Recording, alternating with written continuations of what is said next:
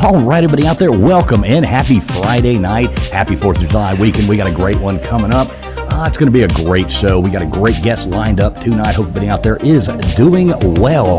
We've got with us, as always, shocking himself faster than he can shock the world. We got our token mad scientist, Old Man Bills. How you doing tonight there, old man? Dude, I'm doing great. This is going to be a fantastic show.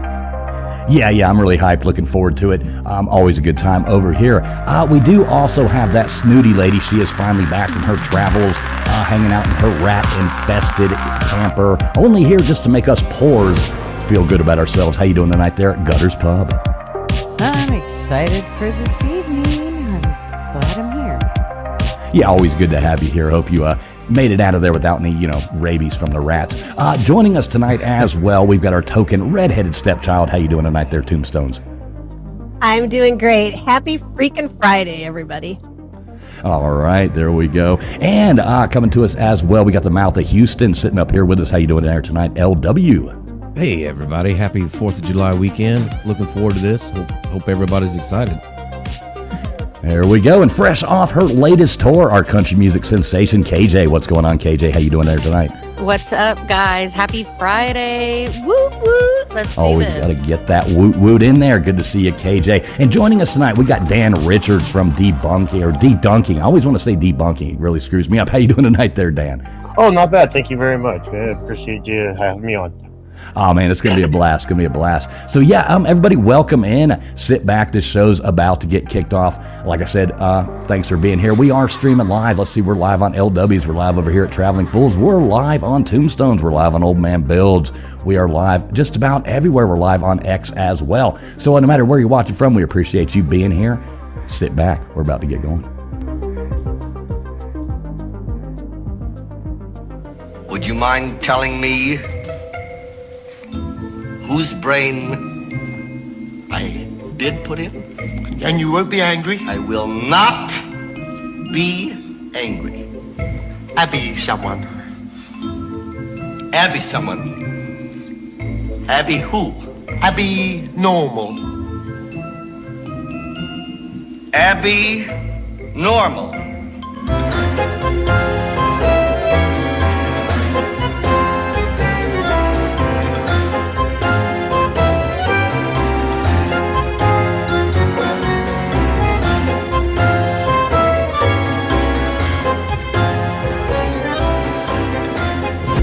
Listening to the ASN Podcast Network. All right, hope everybody's doing good out there. Thanks a lot for being here. Like I said, we're streaming out live on all kinds of places. We're live over here on DeDunking. We're live on Gutters Pub. We're live on Old Man Builds. We're live here at Traveling Fools. We're live on Tombstones. Hell, we're live on LWs. Jesus Christ, no matter where you are, you're probably going to have to put up with us. Dan Richards, how you doing tonight there, brother? Oh, doing really well. Thank you so much. I appreciate it, Baker. How you doing? Yeah, man, doing great. It's great to have you up on here. I'm always a big fan, watching your stuff for quite a long time. I notice you've getting a lot of attention here lately from some crazy folks. We'll talk about that later. First question I do have for you, though, we got to ask every guest that comes up on here, did we or did we not land on the moon in 1969? I do think we did land on the moon in 69. Okay. Like I told you, I've been going around getting that man on the street interviews. It's pretty funny, the responses I've gotten from people. I'll tell you, it's about 60-40, 60% say no, which is actually... I wouldn't say, I'm not 100% that that's the case. I can understand why people would say that there's not, that it didn't happen. It's just, personally, the evidence seems to be, it's mostly the biggest one is the people that watched the rocket fly up and into space. It was pretty heavily watched by the civilian population. And some of them had some good gear. So anyway, that's I don't want to keep us too derailed, but this to explain my point, because I do get why people would. I mean, it's this fucking space race, right? You're dealing with the Soviets, and no holds barred, right? Right, exactly. I always go back to the main thing that makes me call bullshit on that is that hunk of junk that they drop down on there. You know, that the eagle thing that came down looks like it's all wrapped in duct tape and aluminum foil and all that kind of stuff. That's the only built out of cardboard. It looks like a 12th grader science project or something. That's the only thing that throws me off on it. But other than that, it's We'll see. My supporter Rising Karu says flags don't wave in space, and I do think it's politically incorrect to call them flags nowadays. We call them gay people, and they can wave in space all they want. Jesus. Thanks a lot, dude. We start us off really messed up. right, exactly. We're off to a dandy start. See, I told you fit right in over here, very, very much so. Again, I'm going to go on ahead and let you highlight these. I did notice a couple people coming in here, kicking over some super chats to you. We can go ahead and knock those out there. Are we there? Yeah, we're in, Pagan. Thank you. He started before we started. And there is another one came in here. Not exactly. I can start this damn things. I'm not sure. Maybe that's over on yours. I'm not sure whose these are coming in there. But those are both the Pagan and Rizu. They're regulars on my channel. There you go. Always appreciate the support, folks. Always appreciate it much well. So, Dan, let me ask you this. So, what got you started in doing this YouTube stuff? I know you're an electrician by trade. How did how the hell did you end up doing YouTube? Well, I ended up with like my son. I got custody of him almost 11 years ago. I really helicopter parented him because there was a lot of attention that he needed. And then he got to a point where he was just like, okay, Dad, helicopter the fuck somewhere else. And so I'd been a big Graham Hancock fan forever and a day. Like I got my Fingerprints of the Gods I pre-ordered from Hastings in 95, right before it was available. I had it on my list. So I've been in it to it forever. And so I watched Ancient Apocalypse because I had all this newfound time. And then I knew there would be debunkers in this day and age because of the YouTube sphere, because I've been chronically online for most of my life, and then I go watch the debunkers, and I'm just like, these guys, they're not watching, they're not actually watching or Graham's work. They don't pay attention to his body. I compared it to somebody debunking evolution by picking at one bone, and it's like, but do you see how the Piltdown Man was wrong? It's like there's this whole body of work that you're ignoring, and so. I came in and started making videos, and when it was this Tiger Star, Emperor Tiger Star, he's a YouTuber with a few 100,000 subscribers, and he had like 200,000 subscribers, had a video debunking Fingerprints of the Gods, and I had like 800 subscribers, and I made a video addressing his, and he took his down because it was just so full of holes. And at that point I kind of realized that there was nobody else doing exactly what I was doing. People would come in and be like, these guys are they're all part of big archaeology or whatever, and I just rolled up my sleeves and was like, no, you got this fact wrong, you got this fact wrong, you got this fact wrong. And so anyway, that's where the DeDunking thing came from, and that's why some of those guys hate me so damn much. Yeah, I was about to ask. I don't think they took it very well. You tell them what they were wrong about, I like this super chat you got coming in here. How did you end up on doing YouTube? Got too drunk one night. Yeah, exactly. Razu's one of mine for sure. Yes, I think that may be how we all ended up here. Definitely. Yeah, I didn't even I always did everything on X, back in the day, and after things changed on X and ended up losing a whole lot of people. It was sometime around 2020. So it kind of changed their stuff there. So then I came to YouTube. Yeah. And has it worked out for you pretty good? Yeah, about choked there. So I ended up coming to YouTube and started doing things here. Very different, very different. Right at first I kept getting kicked off of YouTube and then had to, keep coming back, trying YouTube again, getting monetized, getting demonetized. It was quite the thing. Eventually you feel like you're just bowing to the overlords at some point. You know what I mean? Because at first, I'm stubborn. I'm like, screw that. I'm not taking that down. I finally ended up deleting 4 million views of content and just to get monetization back over here. So, Stubborn guy. It's unfortunate, but I understand that. No, I understand why you do that. It's you can, how do you put it? You can kind of almost like writing a parody song. It's like you could still say what you want, but you're restricted within these realms. You have to get, like, what, for example, when I cuss at people on the internet, I do the filters and stuff. They're not new, and so I've been navigating those for a while. So I don't say suck me off. I say lickus my proboscis. We're using code words. Which is more appropriate. Not on this channel today. It's funny too. It's funny. It's hilarious. Right? And so, at the end of the bot, it's the same with, like, you don't call somebody incest baby, you call them incest survivor, because survivors, like, code for survivors. So there's much less chance of getting filtered. All those little tricks like that, but yeah. Oh, geez. So like, of all the stuff you've looked into, what would you say is like your favorite, your favorite topic you've covered? I mean, all of the stuff that I've covered, probably my favorite topic, in all honesty, my favorite thing to think about is ancient Egypt. Now, when it comes to the stuff that I personally feel like I've done the best job with would be like my take on the Baghdad Battery, the highlighting of the cover-up of the elongated skulls. Of course, proving that Flint Dibble lied on the debate with Graham Hancock on Joe Rogan. That was a pretty big one. But again, honestly, ancient Egypt is the one that's the most fun. Straight up, just the most fun. I mean, come on. There's a reason they call us pyramidians, right? See, I agree. That's like where, everybody up here, we've kind of put a panel together of, lunatics basically here that we always have. We're all kind of into different things, so to speak. And mine's always the ancient civilizations. I always go back, to ancient. Now, have you been to Egypt yet, Dan? I have not. No, I haven't. Here in the next couple of years, now that my son's going to graduate and stuff, but.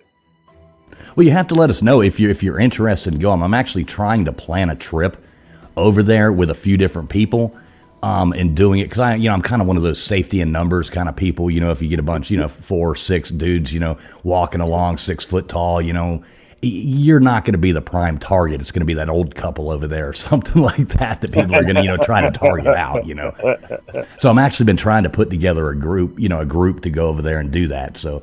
Yeah, we'll have to keep you posted on that one because it'll be pretty fun. A bunch of degenerates in Egypt. If we can make it back without getting arrested, that would be good. Yeah, that's one of the jokes I made with my boy Jimmy Crusade. We were talking about getting ready to talk to Zahi Hawass on Piers Morgan the first time. I told him that it's like, you can let me take these on a dome because one of us is going to climb off of the airplane in Egypt and get caught smuggling heroin. Well, I'm not going to Egypt anytime soon, and you are, so I'll be the one. But, of course, that didn't work out because Jimmy's more of a firecracker than I am. But I got to address Rue here. I wonder if these guys have read Dan's X post. So that's a very, very good question. I was actually about to bring that up right there because I saw one you put up earlier that absolutely cracked me up. Had something to do with a glory hole. And that was... I hate that I know funny. What that is. I don't... Will someone explain that one to me? No. I don't know what that is. No. You only know what one side. You only know what one side looks like. Oh wow! Oh my gosh!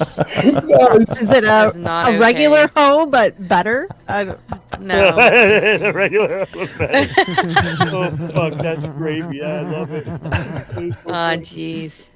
Sorry, I'm supposed to behave. Yeah. I don't see anybody behaving here. But yeah, so riddle me this with the Zahi Hawass thing. I watched that. That guy is insufferable. I just can't stand him. What's your take on him? Like, how do you feel about this? Well, Zahi is, I think, honestly, a lot of it is a gimmick. He knows what side his bread's buttered on. There's a video I made a little bit ago that was talking about it, but there's clips that I show about him all the time. That was a clip of him that I like to highlight a lot. That was after Arab Spring when they had all the revolutions in Egypt in around like the mid 2000s. Tourism went down from like billions of dollars a year down to like a trickle of a few $100 million, right? And so Zahi Hawass is talking about this, and he says, no matter what bad is happening in Egypt, those new age people, they will come. And the thing is, he knows that the mystery is what sells. So it by playing the moving shell game with, and I'm not saying that there's not artifacts disappearing. I'm not saying there's not things being hidden.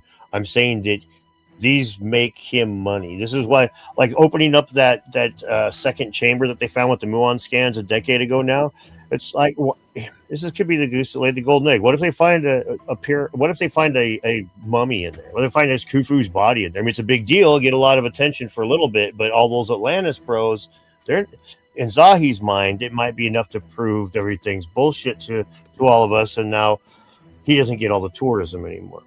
If you watch Lee Clare on Twitter, he started this too. 2 years ago, he was not antagonistic at all. Now he goes around talking so much shit. He's one of the guys that I blocked, which I don't block a whole lot of people on Twitter, but they got to get pretty antagonistic, and Lee's one of them. And he's the dude that's in charge of Göbekli Tepe. Same kind of thing. The mystery is what sells. You don't need to investigate. Why dig up more? The people hoping that they can get into that thing over there, that's what's getting those fuckers out here to begin with. So I think that's a huge part of Zahi Hawass's case. He is a heel from wrestling. He's a deliberate villain. Right. I don't trust the guy. He looks like a villain. Like you would see him in like one of those Scooby-Doo or something like that. He looks like you'd pull the mask and it'd be him underneath, sitting there with the big nose and all that. I just don't trust the guy. He's very, very unlikable as well. I remember him getting, I guess with Jimmy Corsetti, he was like so mad at Jimmy on that one. I guess it was on Pierce. And you could just see the anger seething out of that guy, and it was beautiful to watch. I mean, I'll be honest. I guess one of the things I say a lot is that I've been online for a long time, and be in the 80s and the 90s, early 2000s, you type and argue with somebody, you'd imagine you're like, man, that guy's probably over there you could just tell as fast he's typing all the typos. That guy's mad as fuck. He's over there just seething. But now you see it on the internet in real time. They'll make a video and they'll start yelling. Yeah, it makes this so much fun. Those Piers Morgan shows can get pretty hyped, pretty crunk. Yeah, when me and Jim were behind the scenes the first time, they had Milo Rossi and Flint Dibble on, and then me and Jim were talking in the back room chat before they let us on, and that this is like Maury Povich, and we're the Jilted X. They're going to drag us out there. we're fucking Jerry. Right, exactly. You mentioned Flint and Dibble.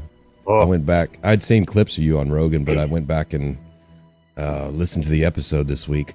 I highlighted my favorite comment here. It says, I'm flinting my dibble so hard right now in the comment section. Yeah, the Flint Dibble guy, he's another insufferable person. I mean, like, you can just like feel the soy just seeping out of the guy.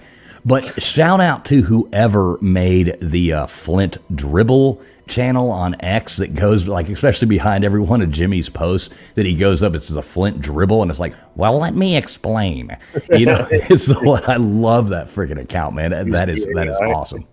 Yeah, he's pretty funny. So what was it like? Like, I got to know. Going on those shows, I mean, those people just reach out to you and they were like, hey, we've noticed your stuff. I mean, how did all that come to pass? Well, I got an email or a message from a dude on Twitter, John Gribsby, who's he's the archaeoastronomer who did the work on Draco from Heaven's Mirror, Graham Hancock's book Heaven's Mirror. And so we followed each other, and he reached out to me after I started making videos on Flint Dibble and the things that he'd gotten wrong that looked like deliberate lies in the debate. When he reached out to me, he told me he was telling Graham about it. And then like 2 days later, I wake up and check my email or I'll check Twitter, and Graham had messaged me there. And that was crazy. I mean, you expect to scroll to the bottom and be like, yeah, I just need $500 to do Ancient Apocalypse Season 2, so just send it to my Venmo. It's like we've all seen the fake celebrity stuff, but no, it was really him. And then Rogan followed me, and then it wasn't long, and here I am now, right? So it just got it just kind of snowballed. It was pretty lucky, to be honest with you. Yeah. Like I said, I felt when I did that guy Emperor Tiger Star video, which was a year before that, I felt like when he took that thing down, I felt like I was alone in a field with a plow. It was like there's this massive amount of work to do, and there's nobody else doing it.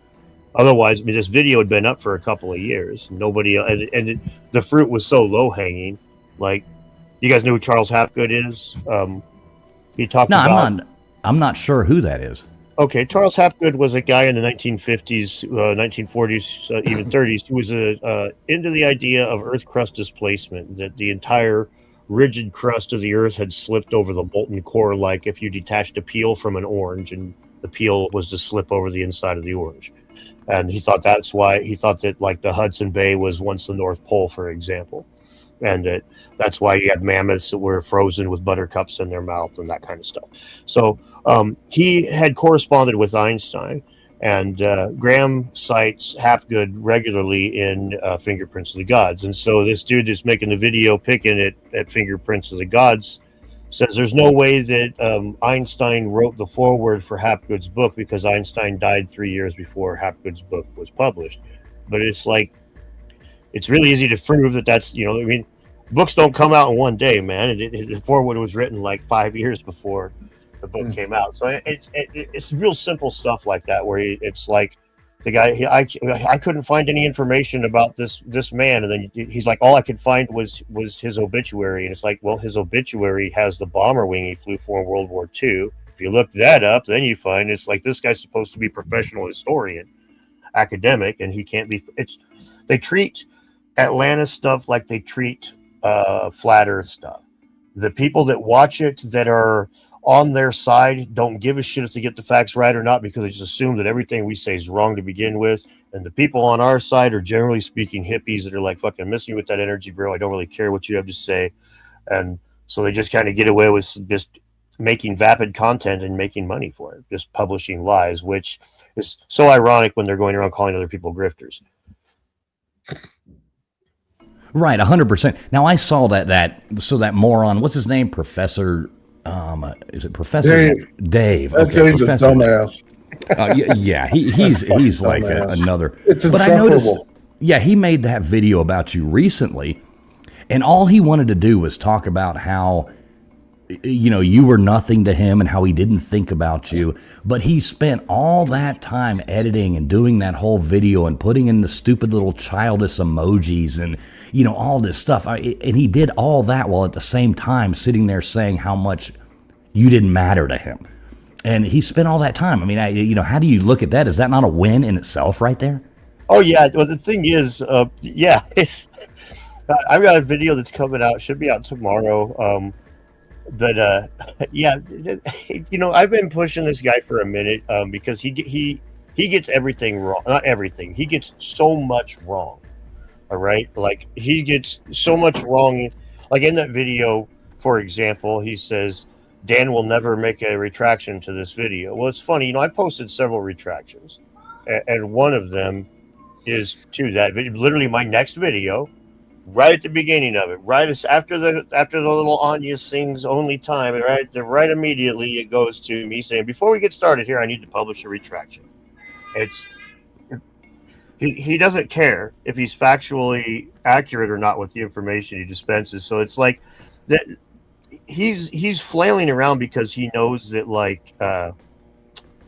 basically he knows he's stuck. He's in a position. I don't want to spoil too much, but he's in a position where he doesn't have a whole lot of a choice at this point. He's going to be posting retractions to the shit that he said one way or the other, and he's aware of it. That's why he wants to box me. Which, to be very clear here, as I said on my posts tab and on X, if Dave really wants to box, then I will do 3 illicit substances a half hour beforehand. I pick the doses and the types, and we'll box a half hour later, and we'll see who wins. We'll see if he makes it to the ring.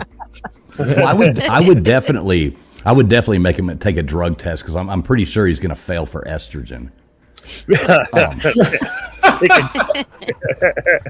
I mean, not to be crude or anything. side of the glory hole. Right. I'll try to put this as, eloquently as possible. But I mean, the guy looks like he could fall into a 55-gallon drum full of calico cats and come out with a wiener dog in his rump. yeah, he's Dave's a funny one, man. He's I watching his interview on Danny Jones is probably the most telling thing I've ever seen in my life about somebody. He was so like when Danny asked him, he's like, he's like, well, what would you think if you got demonetized for saying things? Well, that would be a problem because I publish factual information. No, and he goes, well, these guys think they're publishing factual. Oh no, they know they're grifters. They know they're lying. It's like, dude. Well, it's the He arrogance. couldn't even come up with a straight answer to him. I watched that. He couldn't come up with a straight answer. It was horrible to watch. It was a train wreck. All right, I'm going to address a couple of these guys real quick. Rising car use is Flint Dibble, person named Bonesaw. God damn it. Rising, I love you, you crazy son of a bitch. Everybody I don't like is literally grifter. Yeah, that's actually most of their names. Major Dick Bones says, I'm an amateur archaeologist. Professor takes my primary handler. Yes.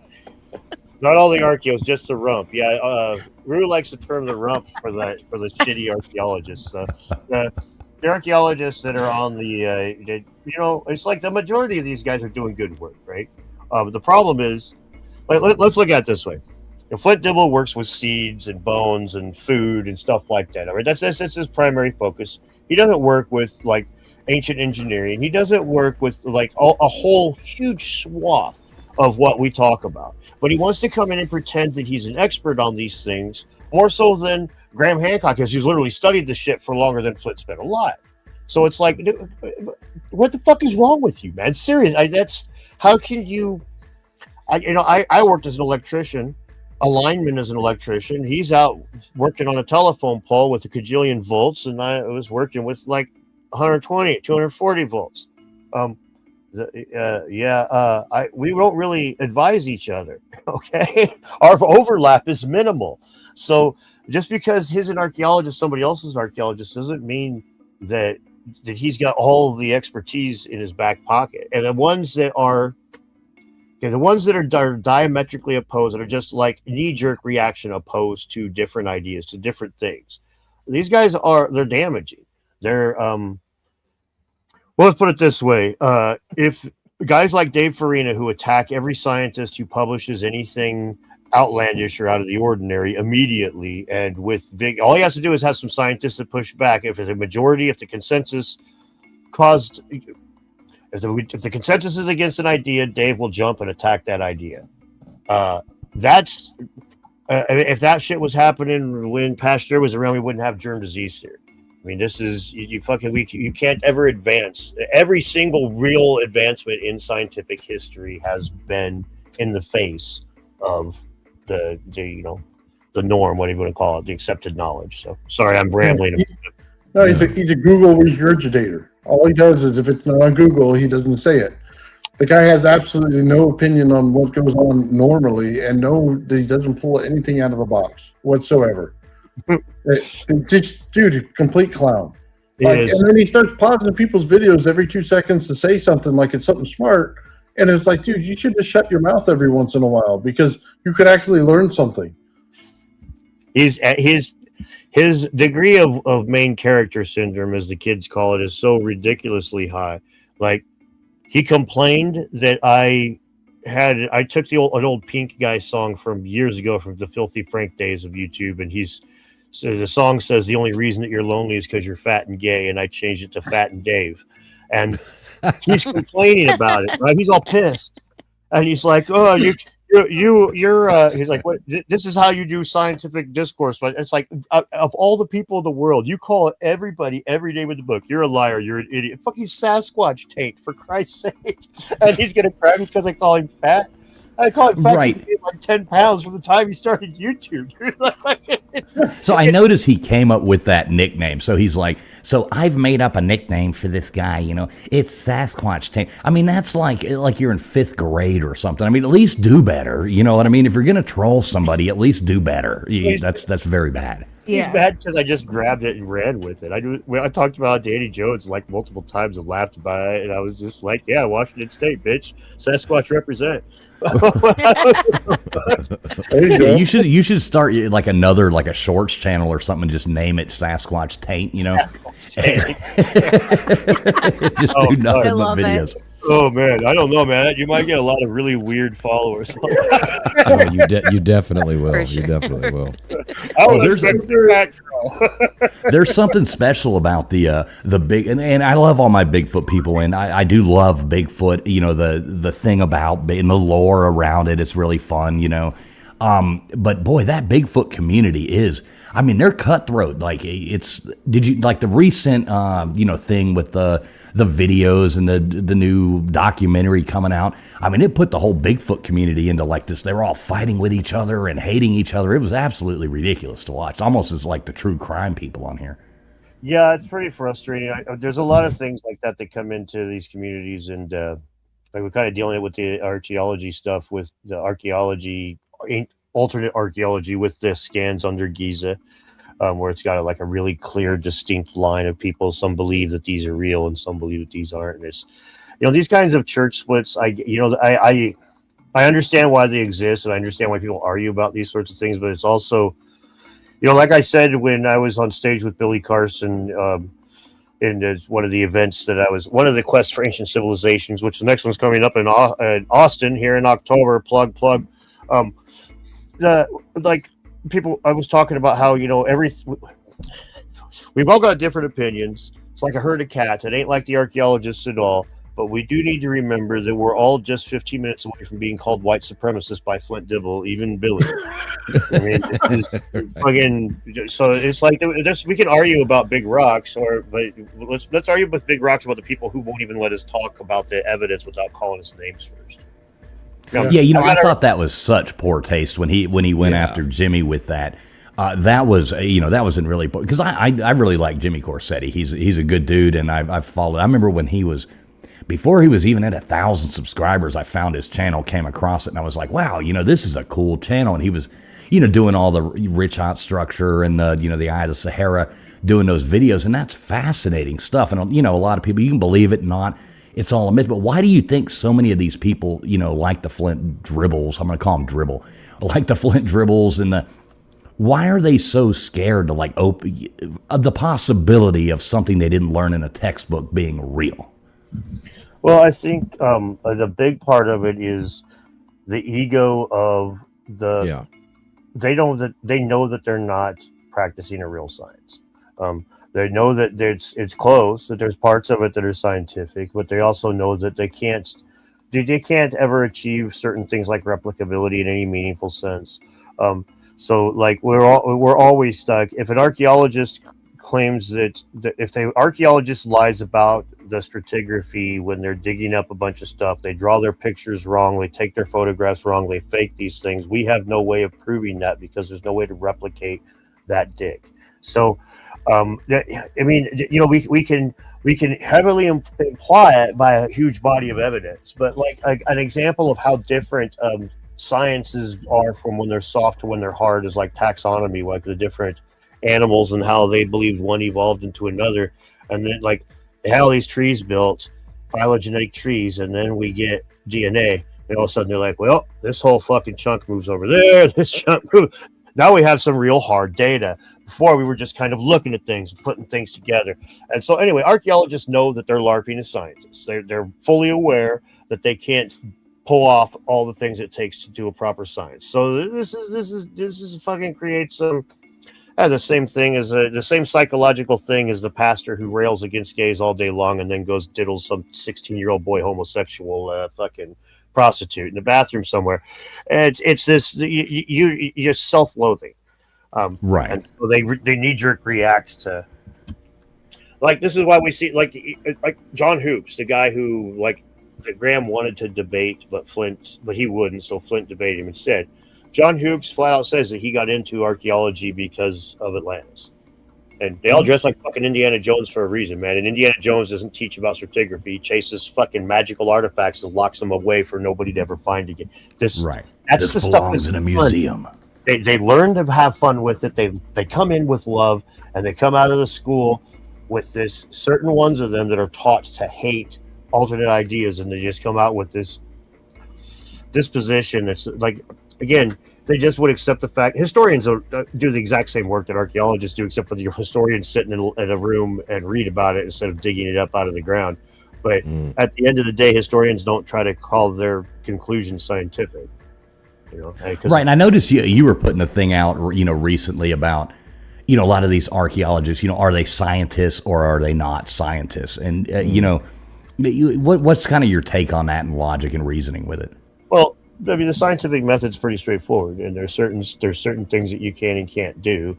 And with archaeology, again, with the replicability, and people will try to argue, well, you can't replicate a supernova, so astronomy's in the same boat. You can't replicate that. But here's the difference. If a supernova happens, we've got 500 telescopes that are around the world that are all picking up data. So if one guy tries to lie about the data that he gets, he fucking can't. It's been replicated 499 other times. But if somebody makes a dig and they lie about what they found, we can't prove that they're lying. And right. That's a huge fucking difference. Right off the bat, that makes where the replicability, we are as forced to accept what an archaeologist says as rule as we were to accepting what the cops said before they had body cams. Totally at their discretion whether or not we get the proper data or not. And so I'm not saying that archaeologists are a pack of fucking liars. What I'm saying is we have a scientific method that checks for that doesn't say, I hope you guys aren't liars. I'm not saying you are. It rejects liars by methodology. You will be eliminated because and archaeology is incapable of doing that. Right off the bat, you can't be a science with that. So it's like you can do radiocarbon dating, that's scientific. You could do a lot of different things that are scientific, but and then maybe even science is in and of its own right. But using chemistry doesn't make archaeology a science, right? I mean, I can use proper measurements and use metrology to measure somebody's skull, but that doesn't make phrenology a proper science. If you guys know what phrenology is, right? Okay. Really quick, I need to address Rising Car Use chat. Sorry, bud. It's not Professor Dave, it's Professor Dave, short for Professor Retarded. Very nice. Oh, somebody Traveling Fool's got some memberships gifted. Hell yeah, nice. Yeah, we're out there. You got another one here too. Somebody. Scientish, Rising. Scientish. Yeah. Sorry. No, it's all good. And we thank everybody for being here. There's, a beautiful 342 people tuned in across platforms right here watching right now. So we do got a good audience going on. Thanks, Dan, for being up here. Each and every one of you. The chat is absolutely rolling over here between every different place. But we do see all your chats coming in and all that jazz. So thanks, everybody, for being here. No matter where you are watching, hit that thumbs up button. Do what you got to do. But we appreciate you. We appreciate you being here. Yes, very much. And sorry to interrupt. I just don't want Riser's always throwing a few bucks at me to say something silly. I don't want to break a good thing, right? Oh yeah, those are the best. Those are the best. Yeah, bring them up whenever you want. I'm on it, brother. I'm on it. You just let me know. Yeah, it's one of those. I always look at it, and I know it's happened before 2020 and that kind of jazz. But like I always looked at science, and up until especially with 2020, I said trust the science. Trust all that. You have to believe. Before that, it seemed like science is an ever evolving process. Like, there was at one time, if it was trust the science, we'd have people out there, bloodletting and putting leeches on bodies and doing all these things like that.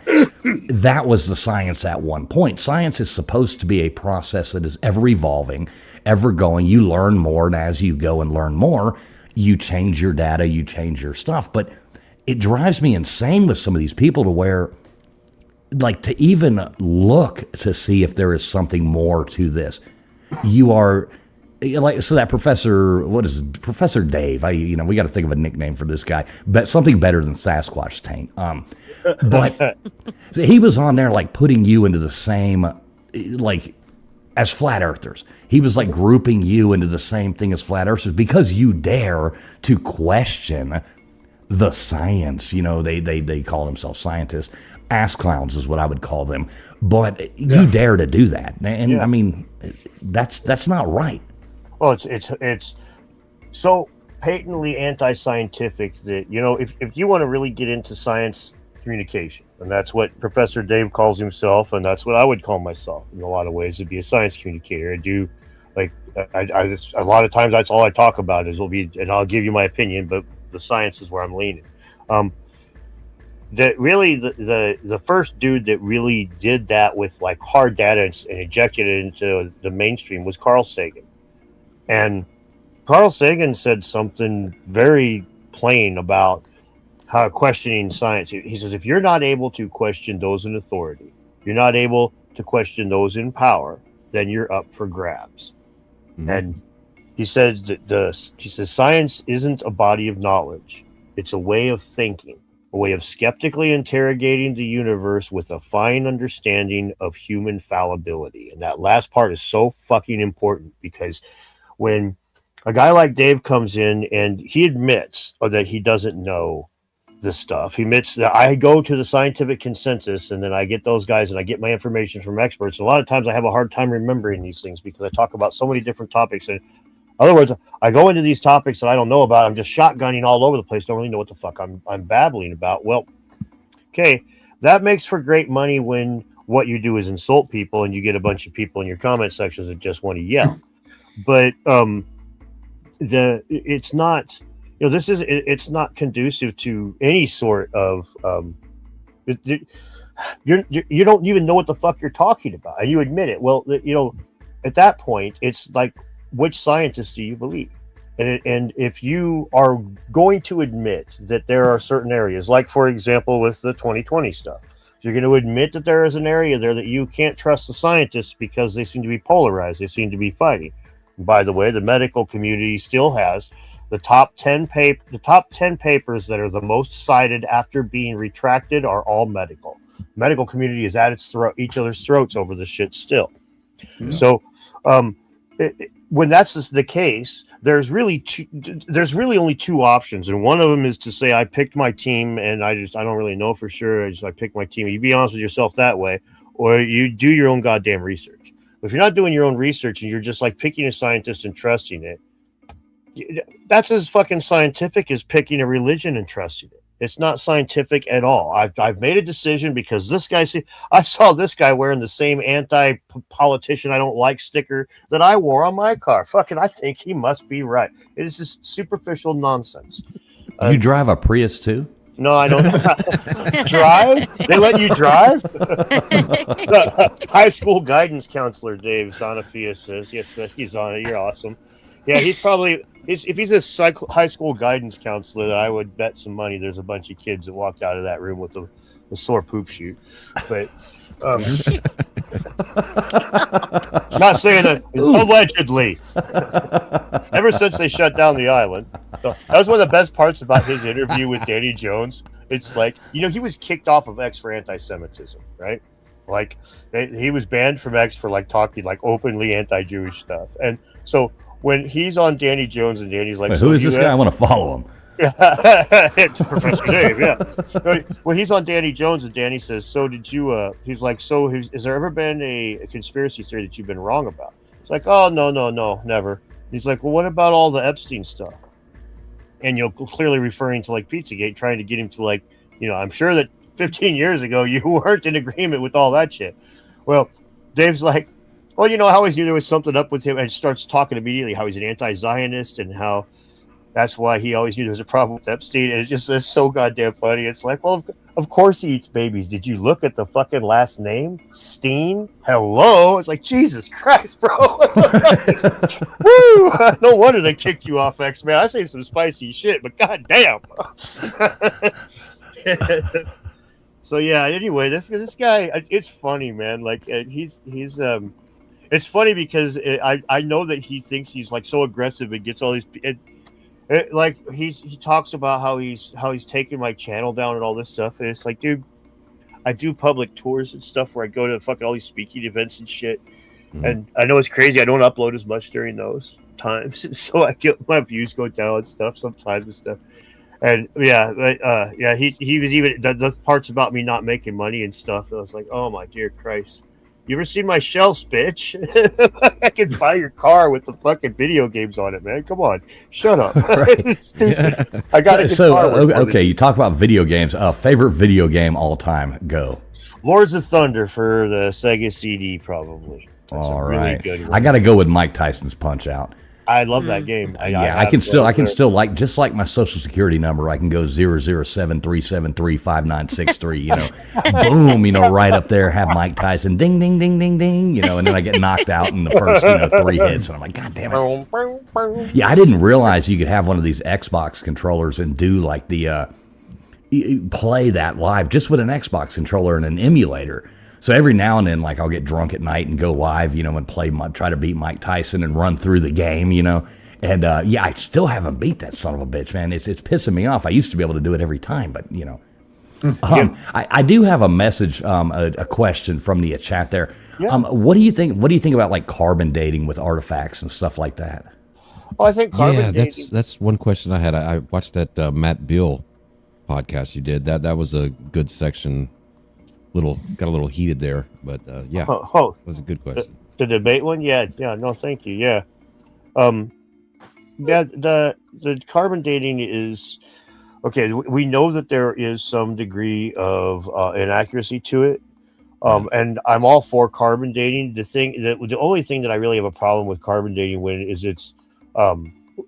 they start pushing it around like they did in that, like I was talking about with Matt Bell, where it's like, you know, the carbon dating ends up a couple hundred years off of where they say it should be, and they're going to be trying to shove the dates together. I'm going to have a problem with that when there's a debate. I don't have a problem with them using like the Bayesian modeling stuff. The way they use the math at the end to eliminate outliers, because carbon dating is like, you know, each carbon atom decays at its own rate. Like there's a half-life that you get because half of them have decayed, but half of them haven't. That's the reason is because each one decays at its own rate. Like it's kind of random. So when they measure, the more accurate the device, the less amount of atoms that it needs to catch the decay of, you can end up with lesser. You can end up with less accurate dates. Like the more samples, the better, right? So they use Bayesian modeling to rein these random numbers in, because you end up with it's like flipping coins 10,000 times. Eventually, you get averages. You can guess it's going to be around 5,000 each, right?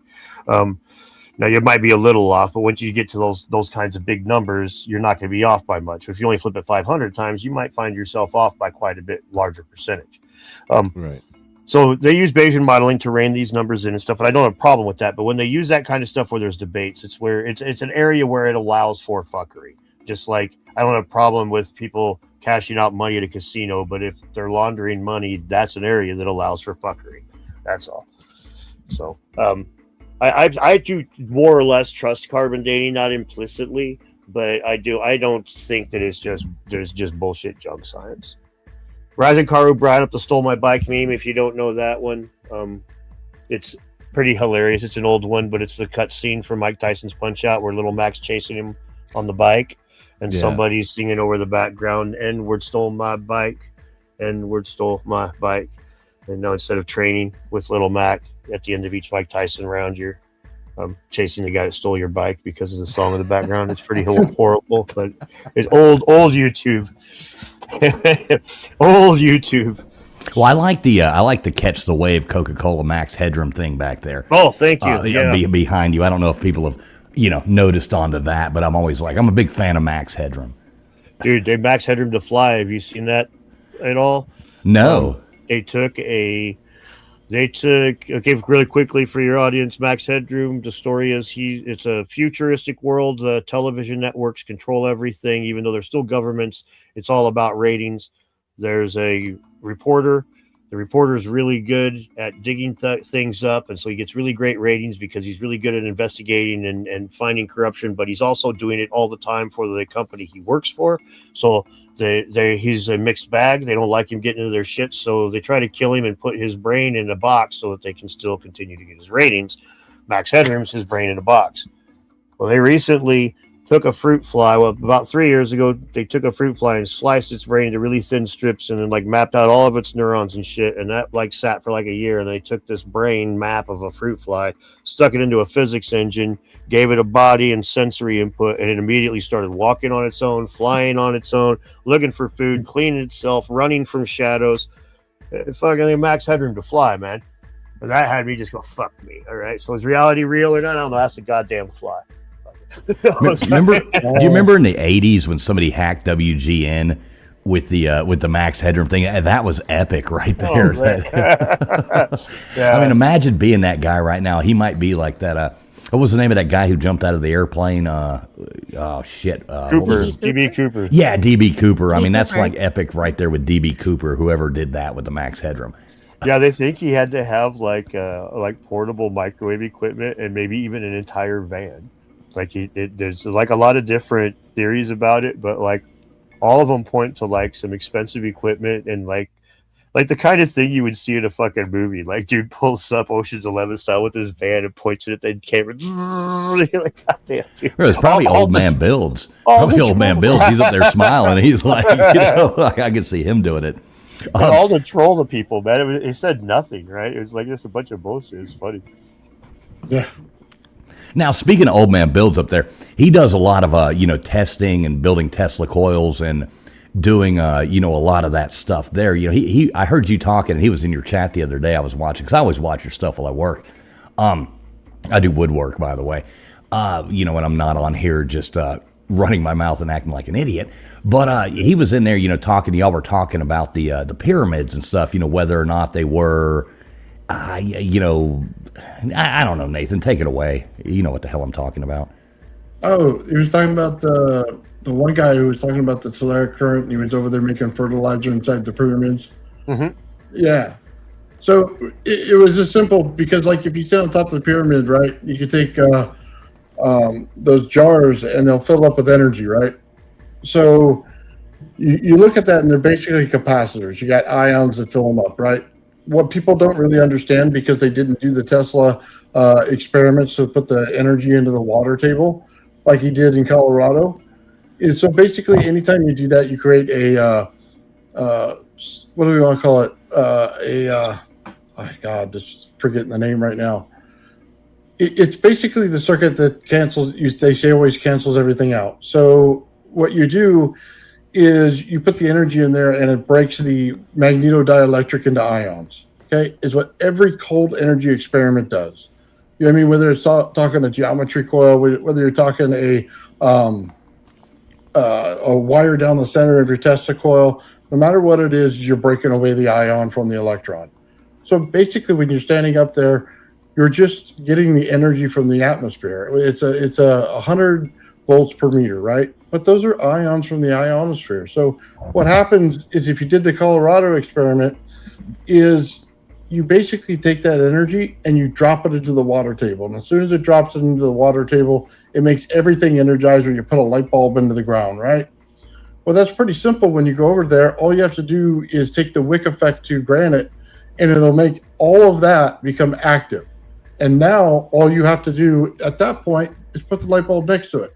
It makes a huge capacitor, and the more compression that you get on top of it, which is why the stones are so big, once you get all that compression in there, it creates energy on the inside that you can't get out, because now it's stuck in there. So I do the experiments here all the time. I put the energy into the water, and I'm able to pull it off. And you could put your hands in there.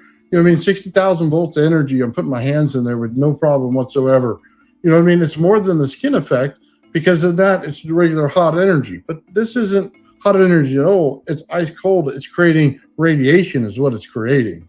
So, yeah, it was just a total different thing, man. This is what I study all the time. So I do all the experiments. I reverse engineer everything. So if it's a Bedini device, I've reverse engineered it. Edwin Gray, I've reverse engineered it. Every single Tesla coil experiment, being able to start every single one across the room, you know what I mean, without a problem, just by the winding itself on those coils. I've done those experiments. Heck, I did a show when we did it on this channel. I do live experiments, man. I'll flat out take that Tesla coil, run it into the water, put my hands in it. I love watching them get shocked. It's amazing. Dude, So energy is so different than people what they actually think, and that's what I came out to prove. All Cold's energy experiments, I reverse engineer them till they're repeatable, and then I'll put them on my channel where you can see it. I'll do plasma physics right in front of you. You know what I mean? Show the energy exchange and how they work, how the planetary systems work, how they build out atoms exactly perfect in a mechanical way without all the different words and word salad that you get to. Basically, I can prove out a lot of stuff that they say is debunked all day long. I can prove it. You know what I mean? That's what I do on my channel. That's where I have fun. You know what I mean? Of course, I get shocked every once in a while, but I don't And it's amazing. And he does wear nipple tassels every now and then while he does it. That was absolutely amazing as well. Or coconuts. Don't let Nathan sell himself short there too. He's actually a featured speaker at Tesla Tech. Coming up and doing demonstrations there at Tesla Tech coming up here right around the corner. So that is super cool. Dan, I actually think, Dan, you should hook up with Nathan on some of those things. Like maybe I heard y'all talking about that. It would probably be to get somebody like him up there, you know what I mean, to talk about some of that stuff. It's pretty cool. He's a smart guy. I always tell him tell him, please explain it to me like I'm a retarded 14-year-old. you know what I mean? And he does a good job at that, and I still don't understand. I created inertial mass reduction. That's why I go to Tesla Tech, because I literally took a piece of junk that they call a gravity flyer, and I made it lose 1.5 pounds on the scale, just by knowing how the energy fields work.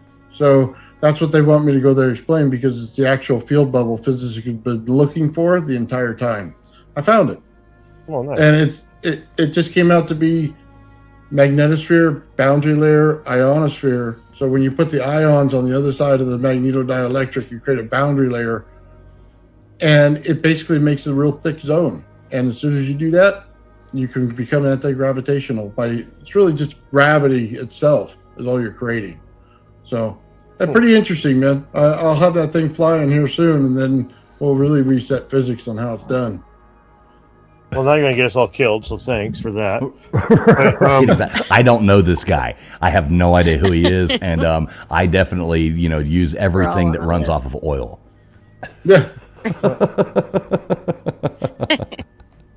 Yeah, exactly. If we don't hear from Nathan next week, we know why. He definitely got a visit from the Alphabet community. It was nice knowing you, Nathan. Good job. I'm gonna miss him. Right, we are gonna miss you. R.I.P. Pour one out for Nathan. Oh, sad times. Well, yeah, definitely check that stuff out. I try to look into as many things as I can, and try to take as much of an open mind approach to as many different things as I can. Like I said in my last video where I was reviewing those alien artifacts, that they don't, they just look a little bit too good to be true. But one of the things that I was saying when I, in the videos, it's crazy, but if you're gonna actually, look into something, either try to put your emotional response away or don't fucking bother. I mean, that's kind of like the whole point. Again, to return to what I was saying about science, of why archaeology doesn't qualify. If you can't remove your biases from it, you're not really doing it scientifically. And I know that everybody's human, and so we're always going to have our biases. But I also know that like a cop is if I spit in a cop's face, he's probably not going to hit me for it, and if he wants to keep his job, he certainly won't hit me for it. But and so if you're the kind of person that can't handle getting spit in your face without swinging back, you probably shouldn't be a cop. If you're the kind of person that can't put your ego on your shelf, probably shouldn't be a fucking scientist, even if you're just LARPing as one, wearing a fancy hat. I got one of those fancy hats too. I can LARP as a scientist. Do you have an Indiana Jones hat? Oh yeah, I got it right here. Here, I can even wear it up my headphones. He's going to come back morphed into Flint Dribble. I can feel it already. Not completely. Oh, you have a penis. I'll put it on top. Yeah, I'll put it on top of my headphones. I can go like Flint during the debate where he couldn't take his headphones off or the hat, so he just. I know. I love the way he wears his hat on top of his headphones. That is definitely a very macho man move there. I'm not exactly the paragon of. Let's put it this way: they don't call me when they're doing the fucking catwalks and shit. But Vogue magazine doesn't usually cite my work. But dude, I know better than to wear fucking a shirt that goes past my fucking fingers and then sleeves that go up to my forearms. I mean, Jesus, titty, fucking Christ, dude. Now, see, I knew I was a fan of you when it was like, Pierce Morgan, something like that. You're up there on stage, everybody's wearing like nice clothes. They're wearing like their best outfit, and I'm like, dude's wearing a Carhartt fucking shirt. I'm like, yeah, I like this guy. Yeah, I'm a redneck. have been most of my life anyway. Dan Right, has a flat ass. Stank, fuck you. Stank's one of my supporters. I just pick on him. Yeah, you've worked many job sites, so there's only 3 statements you need to know on a job site. It's I heard that looks good for my house, and wait, what is the other one? I heard that looks good for my house, and shit, I can't think of the other one. What is it? I'll get to that later. I'll get to that later. Man, I have to text my son, tell him, hey, bonehead, cut it out. I'm on a fucking live stream. Yeah, like when people text when you're doing live, especially when they know you're live and they'll start asking you questions. I got a friend does that all the time. He's like, ask this, ask that. I'm like, son of a bitch, why don't you just put it in the chat?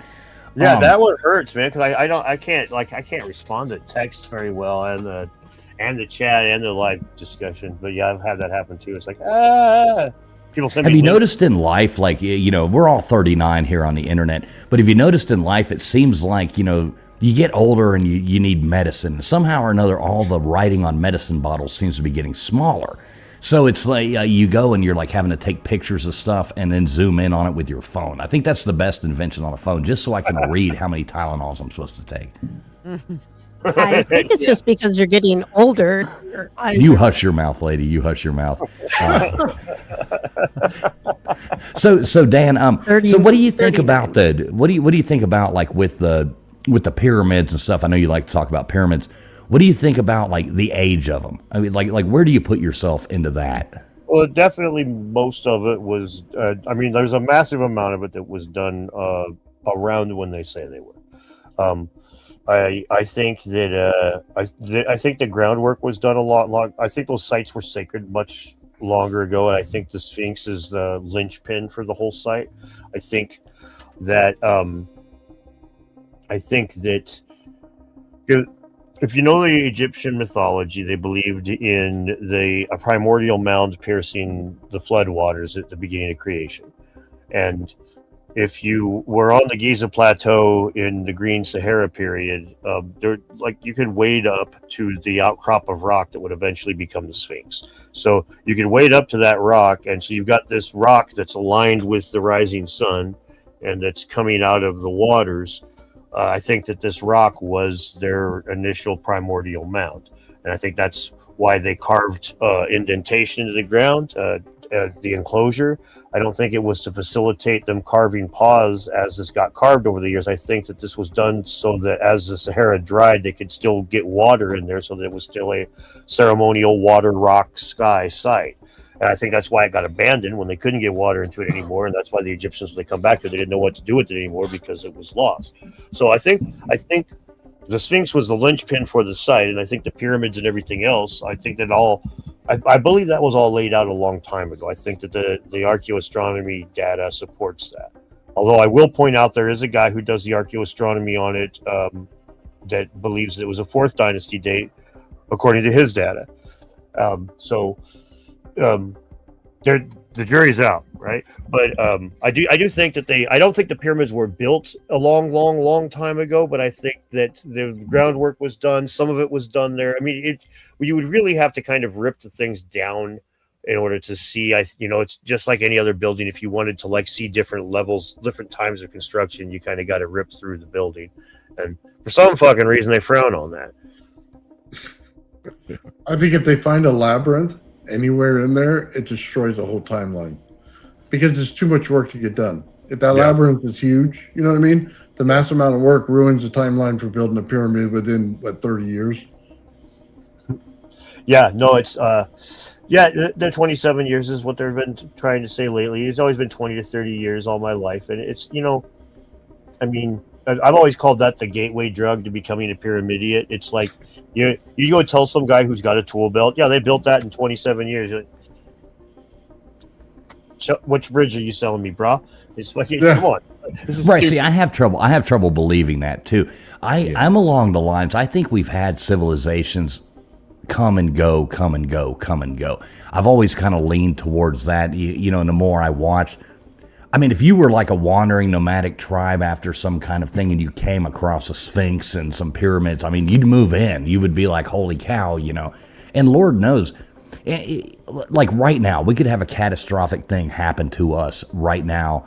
And in 1,000 years, you wouldn't even know we were here. It would be, you know, completely buried. It would be completely gone. I love the new like LiDAR scanning and stuff. I mean, down in the Amazon, I mean, the stuff they're finding now is fascinating. I think with all our new technology, we're going to find so much more that we didn't even know was there, and it's going to kind of have to change what we've learned and what we've been indoctrinated to accept as facts. Yeah, I think there's a lot of that's happening right now that they're being forced to reevaluate things. You know, Göbekli Tepe was a big example of that. It's funny how they just try to act like there's no big deal now, and it's like it's really interesting because it's all these guys that are actually 39. It's like, yeah, you don't remember when the very clear, very distinct timeline of human evolution was: we invent farming, we create surplus of food, then we build structures. That was the way it had been in the books for fucking a long ass time, and then this comes and turns it on its ear, and then it's like, oh yeah, you get these guys that are a generation younger. Oh yeah, it's always, you know, they were always expected to be like this. It's like, no, dude, it rewrote the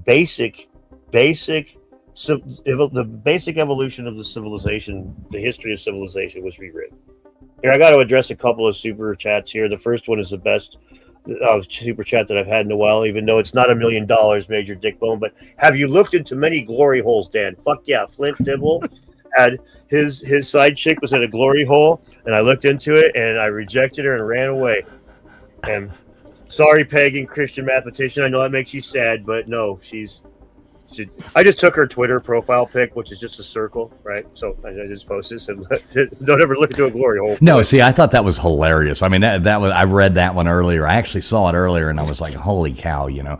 That was a pretty good burn there. Who was that lady? Just somebody trolling you? No, that's Flint's side chick. She's an Egyptologist, and I used to call her by her name, but she called me a misogynist once because I told her "lickus my proboscis," and she's like, "I'm a woman, you don't talk to me like that." So since I have to treat her differently since she's a woman, and since I'm a misogynist, she doesn't have a name. She's Flint's side chick, clearly, and she's a girl Egyptologist, fucking token hire, I mean, clearly. So, you know, I mean, I assume that she works at a glory hole. I assume when she did the video with Flint that she had to send him nudes for it. But since he's gay, he probably threw them away. But, you know, I mean, you want me to play the fucking devil? All right, dude. Fucking get my fucking pitchfork, bitch. Let's go.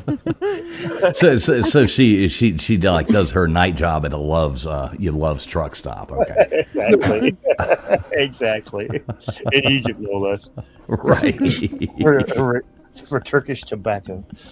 Right, exactly. She likes them uncircumcised. Oh man. Gross. Get a little bit of that extra turkey neck. sour cream in it. Turkey. Nobody likes Mr. Snuffleupagus. Mr. Snuffleupagus coming out to say hi. Oh my God! Too bad. Yeah, you got another one here. You want to address? You know. Oh yes, rising karmic civilizations. They come and go. Yeah, you know, I don't have a problem believing that there's been more civilizations on the earth than we give it credit for. You know, these things would get ground up and whatnot, and I don't think that the technology. I think the technology's been. You know, electricity is one thing that's easy to harness, but there's a lot of other things that are easy enough. There's a lot of things that could be harnessed that, you know, you look throughout time, and it's possible that there's a lot of different things, you know, that we don't know. Like one of my favorite examples of this is how the idea of sacred geometry is retard shit to most people. Oh, really? You draw a picture and then you make the picture a certain way, and I'll think magic shapes. Good job, magic shapes. That's great, man. But I mean, you remember the cell phones we had in the 90s with the big ass long antennas? Well, they have fractal antennas now, and fractal antennas are little wafers, but they're fractals, and they get more different, a better bandwidth and better range, and they don't have to be as long. It's a magic fucking shape. All right, it's it's not. So to me, it's like the possibilities are almost endless as to what could be in the past. It's just like you have to really, once you go down a certain direction, you're off and down that direction, right? So, excuse me. Okay, I paid you more than time now. Stroke my ego. God damn it, Major Dickbone. Nobody with a name like Major Dickbone is allowed to ask me to stroke any part of them. No offense. At least not for that amount of money. You got to start putting zeros at the end of that, buddy, and then catch me at the bar. No, I'm not begging for more money, Major Dickbone. Thank you. I appreciate the super chat for the joke. That's good stuff. Anyway. Oh, no. Oh, geez. You get all kinds of fans in here, man. I mean, this is absolutely awesome.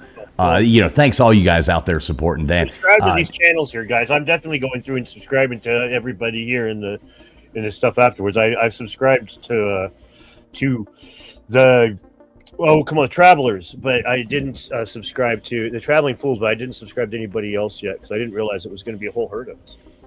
Right, exactly. We kind of do this, like we said, a whole herd of us. Yeah, we do this as a fun thing, like a collaboration.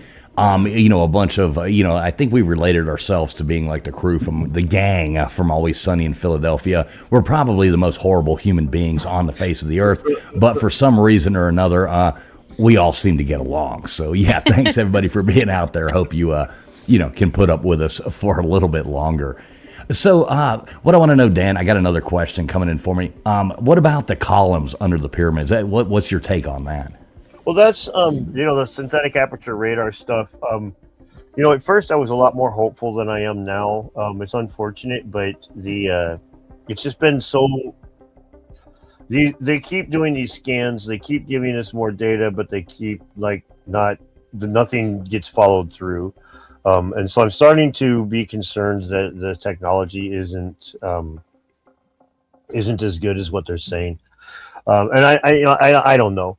The synthetic aperture radar, I covered it in the video. The synthetic aperture radar is like the fidelity on it's gone up massively since we started using computers, and they're using AI to basically what they're doing is they're measuring the differences in topography. So they'll use multiple scans of the same place, and they'll say these rocks and dirts have moved these ways, and if a rock is over a tunnel, the dirt and rocks move differently than dirt and rocks over solid ground. That's the idea. And then they use AI to piece it all together. I'm not fundamentally opposed to the idea.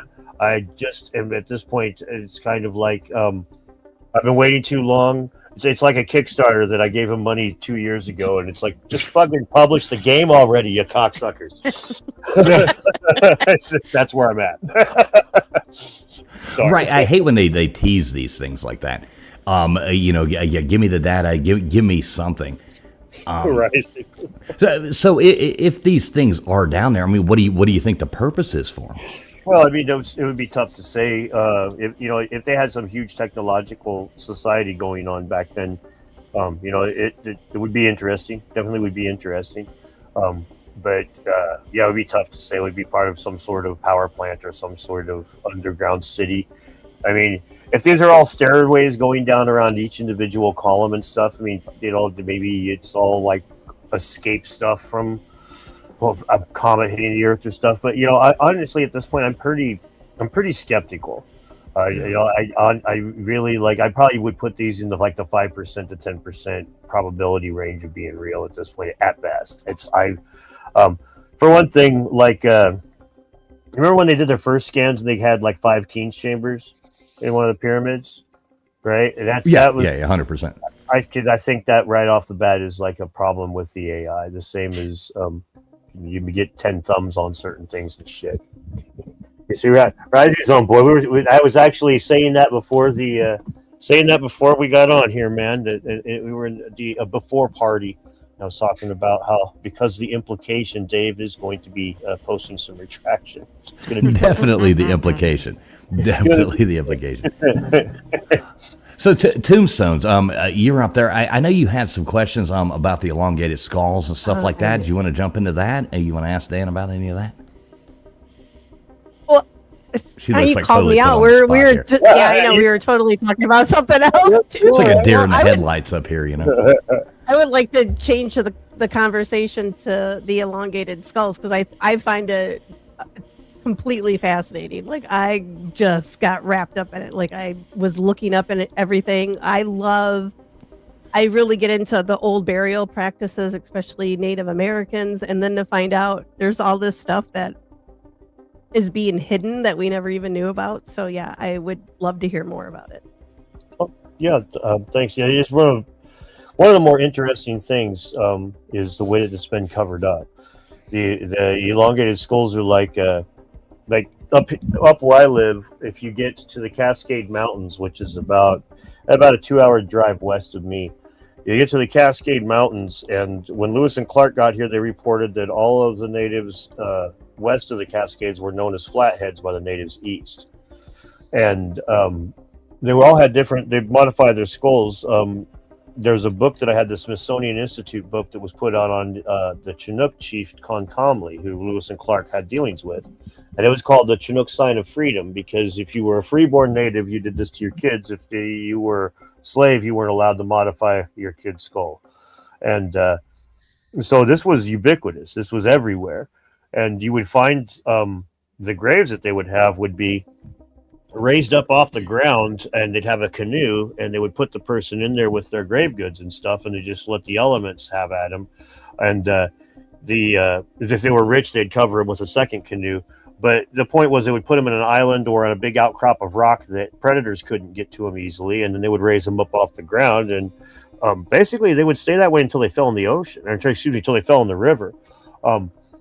And this was gone on. We don't even know how long, but it went on for a really long time. And these that phrenology I was talking about earlier, just for our audiences, it's the measurement of like the bumps and bones and shape of a skull, and the idea that it has to do with how smart you are or your attributes. So Leonardo DiCaprio goes off about it on Django Unchained at the table when he's playing with the bumps on the skull and being all racist.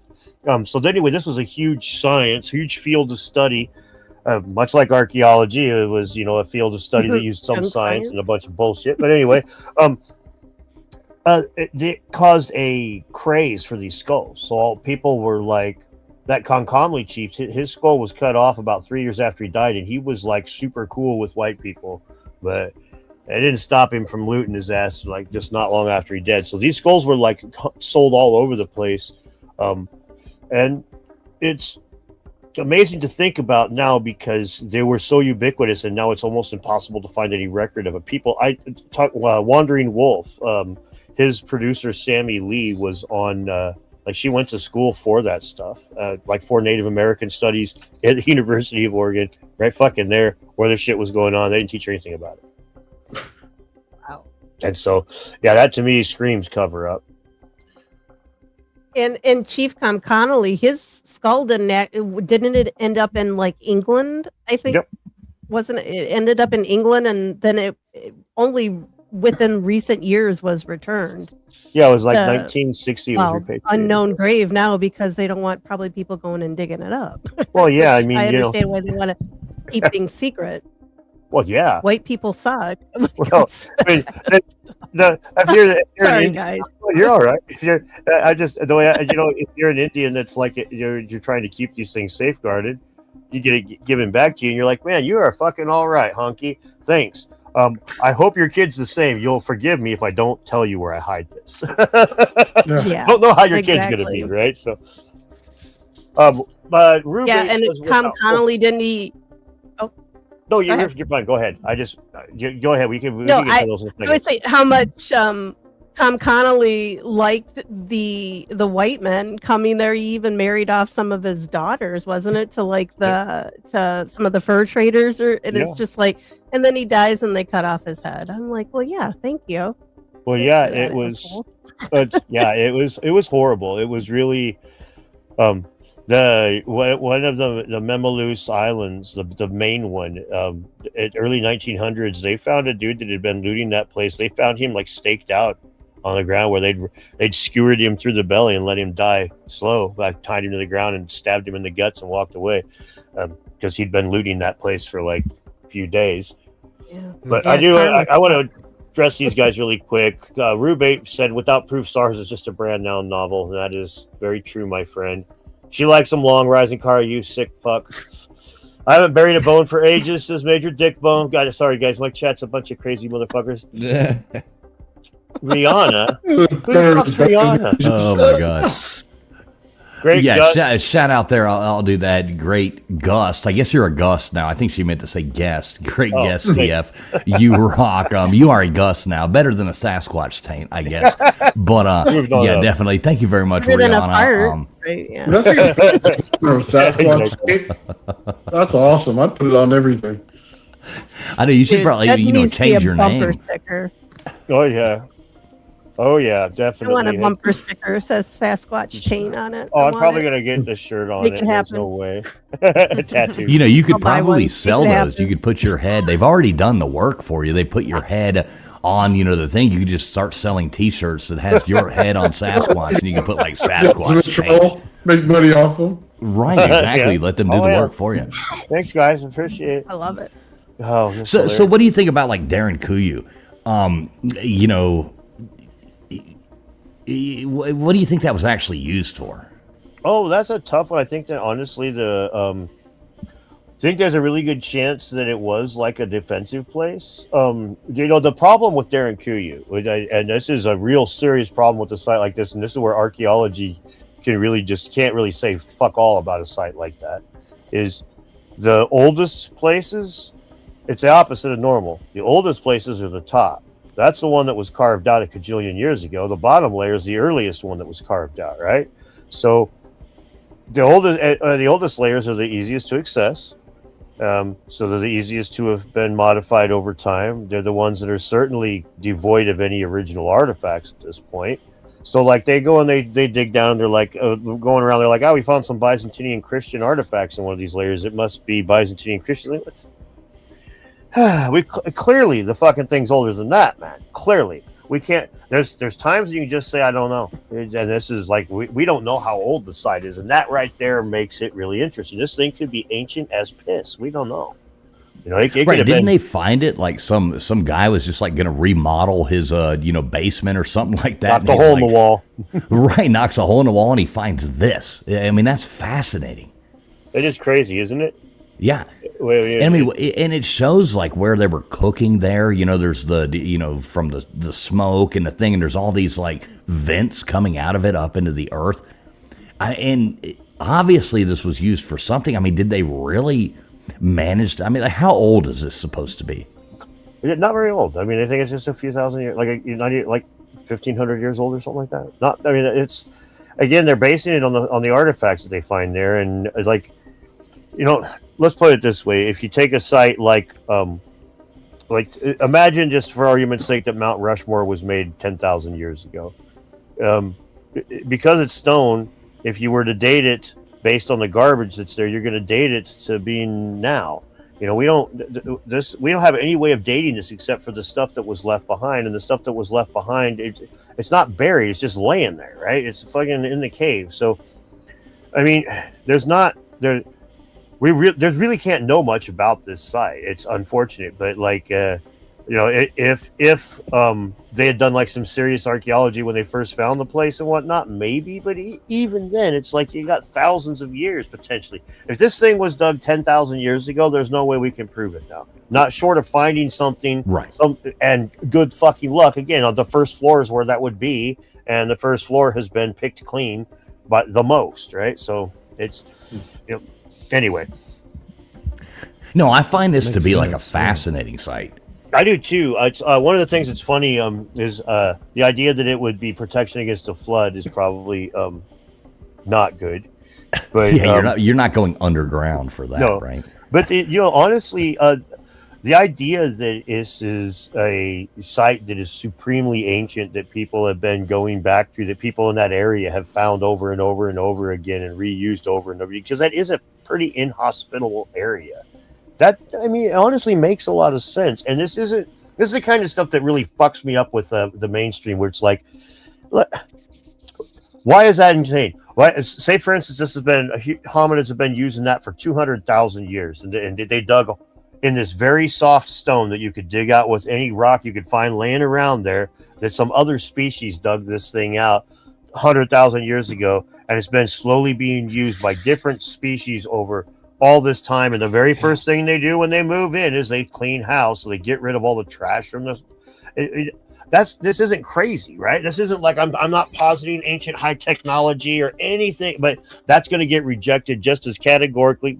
Professor Dave will call me akin to a flat earther, right? This is fucking. This is where they have cock blocked themselves from moving forward.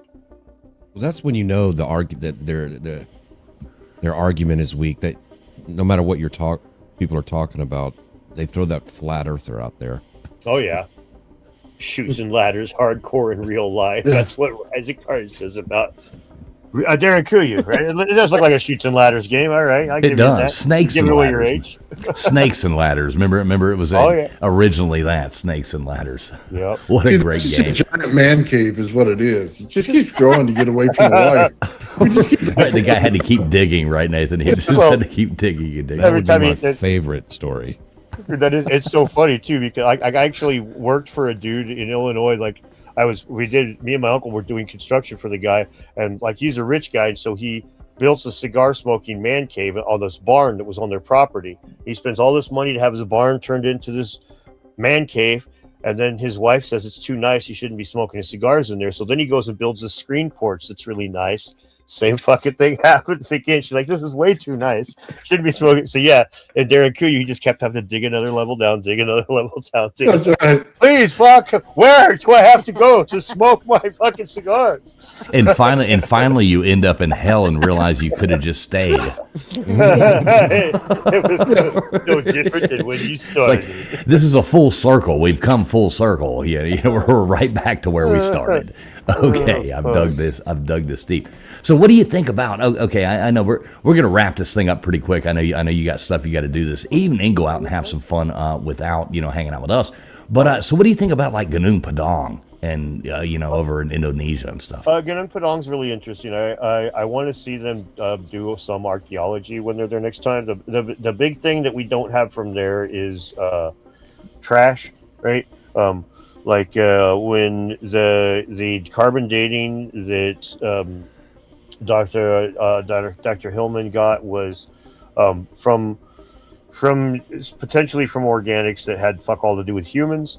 There's arguments about the fill layers. There's arguments about whether or not certain pieces are artifacts or not. Where honestly, what they need to do is just kind of get in a bunch of mainstream dickheads in there and shake screens. It's to find the debitage, find the little pieces of trash that prove that this place was occupied or not, and that's the kind of stuff that even the experts can't really argue with, because when you start pulling out hundreds of little pieces of broken rock that they're like, well, this came off of somebody making an arrowhead. It's the evidence is overwhelming. But that's what they didn't shake any screens on that side, and so that's it's one of the problems I have with a lot of things that we see in modern times. Like there's like same thing happening down in Mexico right now with that Aztlan collection, where there's nobody down there that's not concerned with the artifacts themselves. There's no. Now, is that the thing you were talking about recently on your show with the with like the engravings and stuff on those stuff they found? Is that what you're talking about? Mexico? Yes. Yeah. Okay. It's interesting. It's interesting that these different places around the world, it's frustrating because they find something that's cool and it's interesting, but without some confirmation, it becomes really difficult to go any further. And so that's why we kind of need that screen shaking around the back. Yes, that is me advocating for archaeology. I will advocate. Just because I don't call it a science doesn't mean it's worthless. Jesus. Right, as you should. I mean, we should all advocate for archaeology. I mean, we should just advocate for archaeology that keeps moving forward. So you want to check David Todd's comment here? Because Yep. we're going to put that on screen if you don't mind, because this one does salient for before you There you hop go. off Gotcha, Darren brother. Kuyu. Thank you. It's Darren Kuyu's near Ararat, and near the elevation you want to restart civilization. It would hold 20,000 aristocrats, leaders, soldiers, carpenters, blacksmiths. Like you know what race they were. Physicians, farmers, seed banks, equipment, etc. No, that's an interesting point, David. No, thank you. It's it is possible. It is possible that it was that kind of place that was meant to be restarted like that. One really quick point I want to make that's a little aside, but we were talking about that whole race thing. When they say that, the only reason that we question who built the pyramids is because they're supposedly built by brown people, and therefore we're all racists. And this is pretty just. It's a stupid argument. It's vapid. It's just clearly made to be the manufactured bullshit. So. The way you flip this back on them, well, I got one that's equally lazy. It's better. It's a better argument.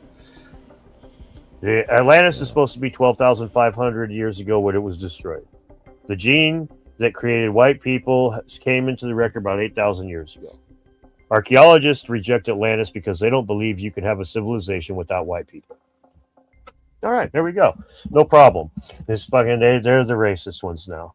So anyway, it's stupid, but it's like if we're really going to play these sorts of games, then we could always find a reason to call somebody a name. We could always find a reason to call somebody racist. I prefer to talk about the big rocks and the elongated skulls and the ancient history and the myths. But was that your smoke alarm that just beeped? I don't know. I don't have a smoke alarm. I took the batteries out all mine years ago. Sounds like LW. But had to chirp that one in there. A little big. I live in California, man. Nothing here is built by white people. Sorry. Yeah. Not a job site with a white person on it. Well, yeah. Yep. Right. We could go down that whole rabbit hole, and trust me, I love going down it. There's obviously an agenda there that they push constantly on us. There's nothing wrong with being who you are. I love to travel. Well, one of these things I can't stand, like if I want to go to Mexico, I want to see Mexico. I want to absorb myself in a Mexican culture. If I want to go to Thailand, I want to absorb myself in Thai culture. If I want to go to Ghana, which Lord knows I don't, I would want to absorb myself into gonorrhea, but it's not what I want to do. But I can't stand that when they try to make everything the same, take away everything. I was watching it was Sweden. I think it was Sweden playing soccer the other day, and I was watching the first 30 minutes. I didn't know which team was Sweden. Wow. Well, I do have to say, I'm disappointed you were watching soccer. I love soccer. Well, you hold it against me if you want to, but I played in college. I can't hold it against you if you like soccer. I have to stay away from you. No, all right, I'll call it football, and we'll meet in the middle somewhere. And there you go. I felt so Dan is bad for that definitely my Freddie friend. guy. What is that, Gutters? I'm sorry. Dan is definitely my friend. Right. No, I felt so bad for that Freddie guy. It was traveling around. I've been watching him, the guy from Germany over here doing that. And he was saying, wow, the United States is such a cool place. We're going and we're seeing all this new stuff. Everybody's so hospitable. We're doing this. And then some asshole, of course, has to go on there and find some old tweet that he put out saying, something about racism and it can be against whites too and blah blah blah. They got to dig up some old tweet. Imagine being that insufferable of a person where you have to go search somebody's entire Twitter account to find something to call them out on and ruin them. The guy had deleted his Twitter account. Yeah, that's insane. It's infuriating. It's a sad part of it. It's a hard. I try to empathize with it because like I was saying before we started, I've been online for so long that I've got a pretty thick skin to this stuff. I was online long before grandmas were running around and angry tweens telling us what we could and couldn't say. So I was getting called all the names in the books before I was a teenager, right? And he's back there fighting with people on MySpace. Yeah, MySpace. Fuck no, bulletin board services in the '80s when they were. Was there something back then? I didn't even know there was. Oh yeah. You had to have an AOL account. That's even impressive. before that. I'm not gonna lie. That, you're the youngest 39-year-old on here. I am the youngest 39-year-old there is. Well, in the old days, you'd hook one computer up. You get the software for a bulletin board service. You hook one computer up to a phone line. So you'd pay for 2 phone lines to your home, and then other people could call your one computer with their one computer. They'd leave a message. Your computer's up and running 24/7. Your parents had money to do that? They had an Apple IIc. We had an Apple IIc. We were not rich. We had an Apple IIc, and my dad got a modem, and I was he was into it. Well, here's the thing. There's a part of the community that was very quickly. Do you remember the calling cards? Do you guys remember those when you'd have the little? Oh long, yeah. Oh yeah. These things in the modem days when everything was long distance, unless you called somebody local, you would go to pages that would just be giving away calling card numbers. And so you find this shit really quick when you're a kid. And so I was, all over for free. Wow. The old days. There's a bulletin board service documentary on YouTube that covers a lot of this kind of stuff. It's a little bit romanticized, but anyway. Yeah, so I've been online longer than most of these people. It was much longer. Crazy. A good decade before a lot of those people's parents were trying to decide what to do with the broken condom. So it's not really a problem when they call me names, but I understand that other people it's super problematic for. But wow. Yeah, KJ probably doesn't remember that. Yes, I do. Obviously, I remember you would that. have to go through, when you would hear connecting But to I the internet. I didn't realize there was already some, which I should have. But yeah, there was there was a lot of people in Spokane. There was a pretty big community. I wasn't one of them, but I was aware of them. They called themselves modemers, and they were all online role playing game aficionados. I mean, when AOL was AOL and what's the other one? I forget. But anyway, 2 of the big early online service providers.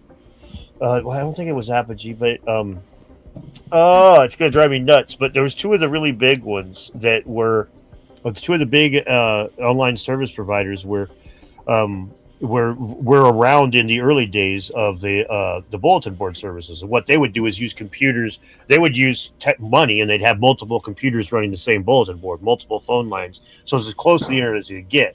But then the internet just kind of centralized everything, and now you can just it's a whole lot different. I did not know that. Yeah, you used to get those were free rough little days, cards. yeah.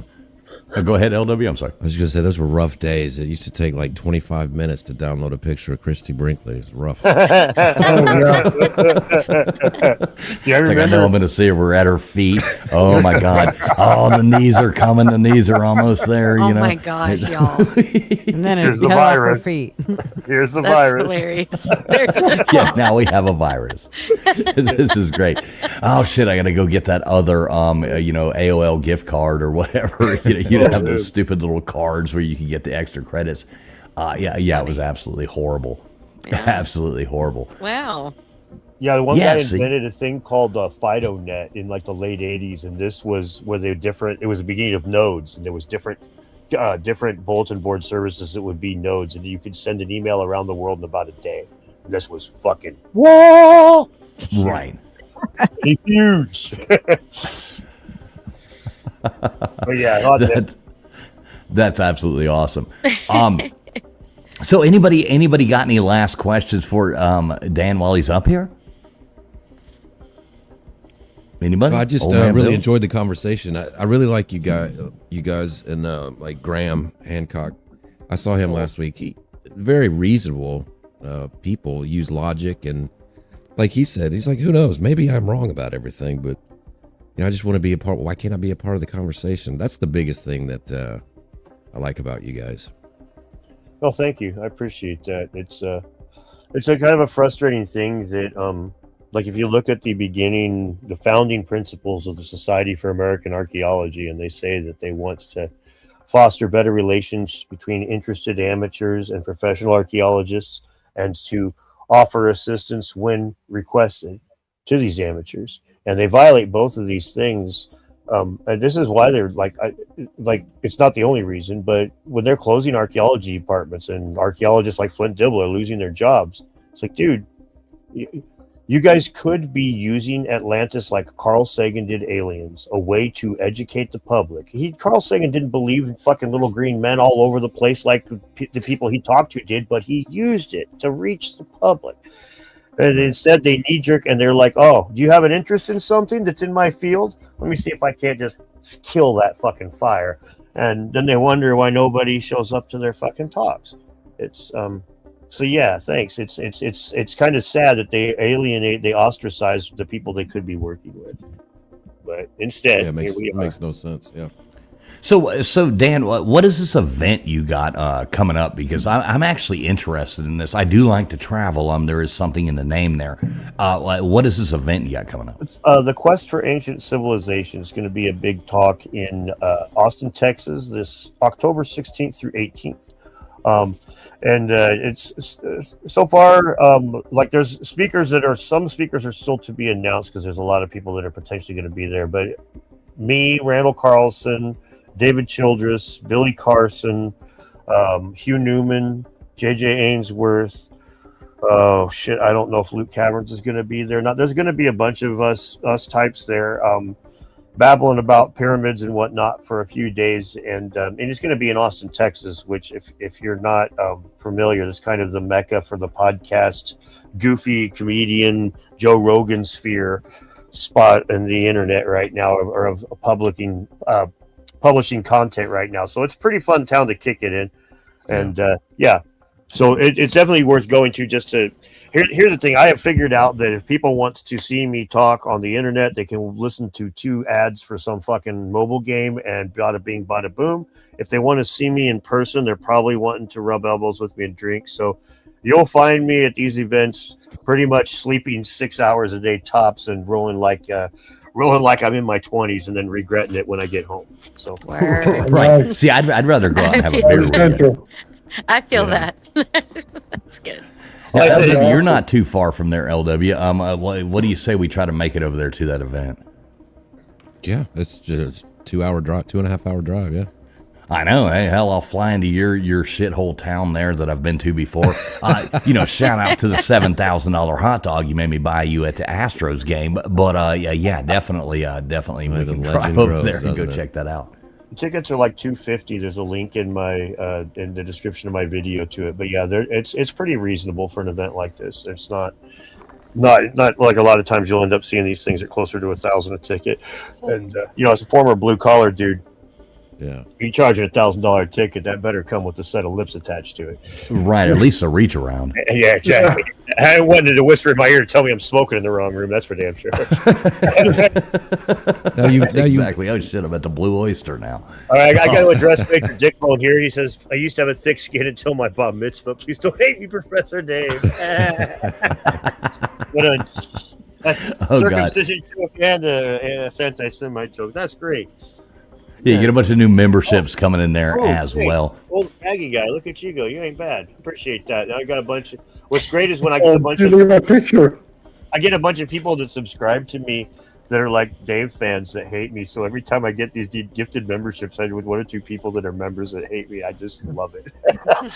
All of a sudden, yeah, they have to just totally be pissed off. They get that email. You were gifted a membership to. DeDunking. A lot of times they act like they're bumping into, like running into my safe space or something. It's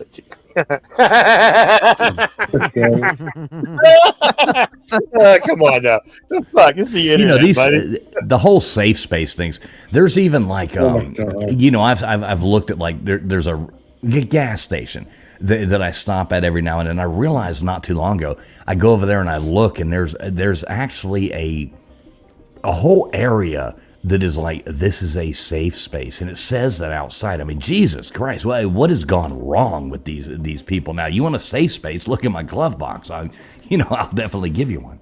You're the one that fucking the one that kills me is the military is what got me when they said they could hand their drill sergeants cards that said this is problematic, or this is offensive, or whatever. Oh no! Right. Oh my Lord! I bet that is happening. Well, yeah, that's what I've heard anyway. And when I was in basic training, like I enlisted like a few months after Don't Ask, Don't Tell had gotten passed, and so I'm in the Army. And whenever the drill sergeants wanted to insult somebody, you're one of those Don't Ask, Don't Tell privates, aren't you? Literally asking you to tell. The policy is called Don't Ask. I hope that's not true about the cards. I've heard that it is, and I wouldn't be surprised. I mean, they let the. I've seen so many videos of cell phones, like you earn cell phone time, Right. In basic training, Mhm. which that What? just That was like not. Yeah. No, that is Just- true. No. Yeah.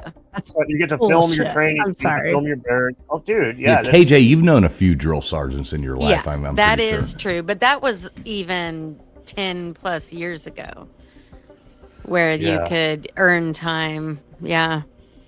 Yeah, that's for Yeah, real. yeah, they've gate up everything. It's it's insufferable. No more Lee Emery, huh?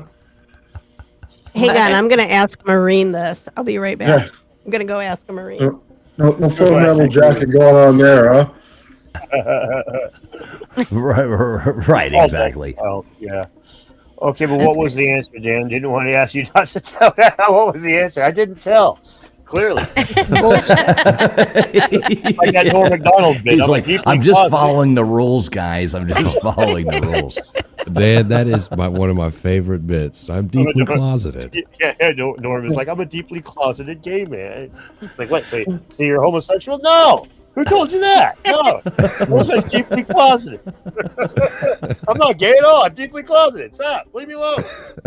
Hey, buddy. Yeah, that was dude. Norm was the best. His fucking dry humor. Still one of my favorite bits is when he like leads Conan on and on for like 15 minutes. He's telling a joke about how his grandpa is a miner and the only person to have sex with in the mining camps wasn't a woman. It was Andy Richter, Conan's associate, right? And he's like, so finally my grandpa's fed up. It's like 15 minutes. Finally my grandpa's fed up and he comes up. He's like, all right, I'll do it, but we can't tell anybody else. And he's like, well, at least 4 people will know. I'll know. You'll know. Andy will know. And the guy that helps me hold Andy down will know. And so everybody's laughing, but not really hard because it's been 15 fucking minutes for basically a stupid joke. But Norm, he just laughs really hard. And he goes, you get it, Andy? You're not gay. You were raped. Okay, Conan just throws his shit in the air. God fucking damn it, dude. That is so Yeah. wrong, dude. Norman Yeah. was wrong, but he was What was funny. it? Oh, good. That other one, Dan? It was like a 5-minute joke, the moth joke, where he just goes on and on and on for like 5-6 minutes. It's on the light was on. Yeah, all to get to the punchline because the light was on. Yeah, well, why are you here? Oh, because the light was on. Yeah, Norm, he was great. He was absolutely great. I miss the humor. I mean, like, imagine trying to make Blazing Saddles, today, and I watched it not too long ago. I saw it on TV, and they were like, blurping out words. It's just so good. It's just so good. Horses, Out the words. horses. Oh my God, this is so great. And Richard Pryor co-wrote it. I miss the 80s and 70s and the comedy and the fun. That was Yeah, Eddie oh my Murphy, all his. But we're all stand-up at that 39, time folks. was so We're all good. 39. Right. Oh For my sure. God. Well, Dan Richards, man, it has been an absolute pleasure having you on. Like I said, I've been a big fan for a long time. Been following what you do. Keep doing your awesome stuff, man. It's absolutely amazing. Thanks for coming up, man. Well, thanks for inviting me. Yeah, I really appreciate it. We'll definitely have to do it again soon. This has been a lot of fun. I do like to get together with people and do these kinds of chats and cross the streams, as they say. I'll make sure and go around and should be able to find links to everybody in the Traveling Fools page. Is that right? Yeah, definitely. I'm going to go back. I'm going to add. I didn't know exactly where we were going to go, so I'm going to update the the details on the video, add some links in there, and we're about to go through. We're going to tell everybody where they can find them at and do that kind of jazz. Let's go ahead. Let's start out Tombstone's new channel over here. Super sweetheart. We absolutely love her coming up on here. She's got a new channel. What are you, Tombs? About 25 away from getting monetized and, being a thing. Tell everybody, come on, where can they find you at? Yeah, come on, guys, help me get some of that YouTube money. Another grifter. Yep, that's me. I'm a ginger. I'm a grifter. I can't help it. Yeah, Friday nights you can find me here on Abbinormal, and during the week I'm haunting some cemetery. And yeah, check out my shorts. on YouTube. Yeah, all you got to do is type in Tombstones. I was like, what shorts? Let me. Right, yeah, okay, yeah, exactly. never mind, Daisy got it. Dukes, Daisy Dukes. Y'all get over there. They're definitely those Daisy. when Yeah, so go over there, sub up. Anybody out there listening, I mean, for the love of God, let's get her to 500 subs there so For we can get real, that channel y'all. Let's do monetized. this. Type in Tombstones Dead Air Time. You listen over at Dan's or something like that. Tombstones Dead Come on, Air guys. Time. She's going to come up. You're going to see the, the purdy looking little redheaded girl right there coming up there. Go over there and sub her up and get her to that 500 for the love of God. That would be awesome. Nathan, what you got coming up for us, brother? No, I'm hoping to finish everything for my sensor array on my stuff, man. I'm in like an Arduino hell right now, trying to build all kinds of new stuff on there, man. It's a real pain, but hopefully it'll be up by the end of the week, and then or next week, I should say. And then I'll have a full sensor array tell me exactly what gases and everything goes on and something. That'd be pretty cool. Yeah, Nathan's channel is absolutely fascinating. He gets shocked all the time. He does experiments. He explains to us how this stuff works. I'm like Corky Thatcher. I don't understand what the hell's going on over there, but I do Did you watch. just say Corky? Desmond has a barrow in the marketplace. Right. I don't want to be a short order cook. That was- Remember when he got the checkbook and went around? my Remember when he got the gosh. checkbook and went around town like writing checks to everybody? It was like Yo, he got a no. job as a short order cook. He's like, I want to be a short order cook, and the next thing you know, he's like writing checks everywhere in town. Yeah, what a great show, Obadi Obada. Wow. It's Gutters Pub. Check her out. Yep. What you got, Gutters? What you got coming up for us? I got a new T-shirt and it says "Get in, losers." Woo! We're going to die of dysentery. I'll bet that's a hit at the Oregon. dive bar around the corner from We're your going house. to die of dysentery. We're gonna die Oh of my dysentery. We've It's like already an Oregon died of it Trail, like an Oregon 10 Trail times. T-shirt. That over is here. hilarious. Yeah, it's my new That is T-shirt. And your hair looks fire. You know, Dan. Thank You know, you, Dan. Don. We have gone live at night. You know, before you and just like the stupid live streams and played Oregon Trail live like the original one. Gutters always drowns in like 2 feet of water. The first time it's like, and she's like, I want to cock it. You know, she's talking about the wagon, but but she ends up getting drowned every time. I don't understand. That's because I step on my head when we're going across the river. That's why I I drown. like to step on your head while we cock it. So go over there, check out Gutters Pub. All you got to do is type in Gutters Pub into YouTube. KJ, you got any bangers coming out for us this week? KJ's a country music sensation. She just recently was singing the national anthem at a Bass Pro Shop, fishing event. She's all over the world touring and all that kind of stuff. So it's yes, Katie did. Katie with a Y. I know I haven't posted in a while. I've been actually singing live, and so yeah, just keep an eye out. I'll be out. I'll be posting more. Get back on the tube. There you go. So yeah, yes, Katie did. I think that's on the gram as well. So go over there, check out Yes, Katie did. She posts all kinds of sultry pictures and stuff like that on the gram. So go over there and check her out at Yes, Katie did. You should do that. LW, he goes live every now and then, and we just burn down his channel. We're trying to get it, for some reason or another, nobody knows how to find it. So just type in LW. You will be able to find it. It'll pop right up, I promise you. Over here, Traveling Fools, every Friday night right here, we've got Abbinormal coming at you. And if you want to watch any of our previous shows or anything like that, want to be a guest on the show, go to Abbinormal.com. Mr. Producer in the background, he runs all that stuff for us. He's always here, going to be here forever and ever and ever. We love him to death. So Abbinormal.com, you want to catch any of our previous episodes, but every Friday night right over here at Traveling Fools, all you got to do is type that into YouTube. You will find it right here. Sunday night, Sunday, be there or be dead. Every Sunday night we do a trivia stream, 1, 2, 3, or 4 in the chat. Faster you answer, better off you are. We give away prizes. We give away stuff like that. It is absolutely amazing. We got all the smart people on YouTube coming over here and playing at 10 o'clock Eastern Standard Time every Sunday night. Traveling Fools, type that in. If you think you're smart, come over here and play, because we've got the smartest damn people on YouTube over here playing, and it is an absolute blast. We have a great time doing it. Dan, any last words for us, brother? No, thanks a lot for having me, man. I mean, shit, this has been a lot of fun. I appreciate it. I'm glad this was a enjoyable conversation. have to do it Yeah, again. we're not stuffy, are we? No, not stuffy. Not stuffy. Have you got invited on to things before where you got there and it was just like, damn, these people are lame. This is no fun. Oh yeah, it's not usually too bad. Most of the people that invite me on are pretty chill. It's usually when I talk to scientists and I interview them that I end up like feeling like I'm talking to a bunch of stuffy folk. Most people, most people, they take one look at me and they're like, well, damn, if that boy didn't have some subscribers, I'd feel like I needed to give him money so he could afford to buy food. So I'm good. I do all right. But Yeah, I think you washed my car window the other day.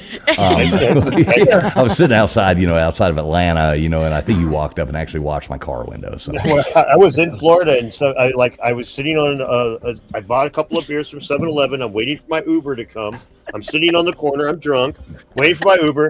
Bitch is lost. She's driving in circles. I'm watching her on my phone. I'm watching her in real life. I'm like, this fucking idiot. Goddamn. Blah, blah, blah. And I feel a tap on my shoulder. I look at some 20-something girl handing me money. I hope you have a better day, sir. And I'm like, fuck off. Give that to the next guy that looks like me. He might need it. I'm good. I'm just pissed at this retarded. I'm not like drunk. That's hilarious. you get one of those people, those morons that do those YouTube shorts, where they're out there like giving the homeless people money, on the road and filming it, they like come up to you. They're like, hey brother, can I? So how's your day going? How's your, and all this? Do you need me to take you to Walmart and buy you a new pair of shoes? All this shit. Yeah, they do. It's funny. I wear my shoes till they're like. I don't wear good shoes most places because I know that like girls look at your shoes to evaluate how much money you got. So. Do girls do that? Oh, you hush your So we mouth. heard. Oh, of course So you we do. heard. Dad took the money and bought beer. No, I didn't take the money. I'd already bought beer. I didn't take the money. No, it's like that. It's like guys have some guys will wear like nice shoes and stuff, and I don't. I'm not gonna. I mean, there's no. I had somebody ask me why I don't like dress better, and it's like, what am I supposed to buy, a fucking pimp hat and fucking shoes with aquariums in the heels? So I can feel uncomfortable. Yeah, I do want those shoes Thank with the. you. Oh, Thank You ever you. see the shoes with the goldfish in the back, Awesome. and then you realize the goldfish dies, and it's like, wow, that was kind of the awesome. point, You isn't it? looked You just really cool.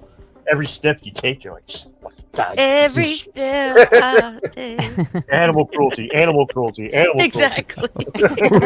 Right, exactly. Poor little bastards in there bouncing up and down in his head. Poor thing. You're like, Animal cruelty is bad. It's like. hey, Dan. I do have to say, before we get out of here, outro has already started. I am gonna go to Gunung Padang before too long, and I do want to get it with you and Jimmy before I do that, and see anything that y'all want me to film or any of that. So I will be going there very soon. Right on. Well, yeah, let me know. Right, yeah, I definitely want to, be able to talk to you guys about that. So, Dan Richards right there, great show. Thanks, everybody, for tuning in tonight. It has been an absolute blast hanging out with all you guys. Dan is the man. Thank you very much for coming in there. And everybody, tell us goodbye in the chat. Hope you have a great 4th of July weekend. Hope to see you back here next Friday night for Abbinormal. We're going to be breaking down. We do a little bit every now and then. We break down movies and go in there and break it down. So we're going to have a bracket night going up. The most iconic horror movie of all time next Friday night. If you like kind of stuff like that, come check us out every Friday night over here at Traveling Fools. So just type it in. Thanks, everybody, for being here. We hope to see you with all 10 fingers. God bless everybody. Happy 4th of July. Thanks, Dan. A lot of fun. Thank you. Have a good night. Night, everyone.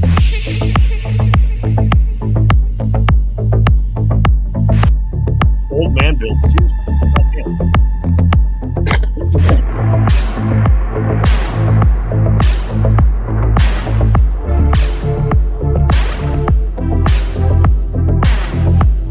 Just to go on ahead and bring this up, I've seen the stat. Whoever keeps telling us we're stupid in the chat, we absolutely love you. Thanks for being here.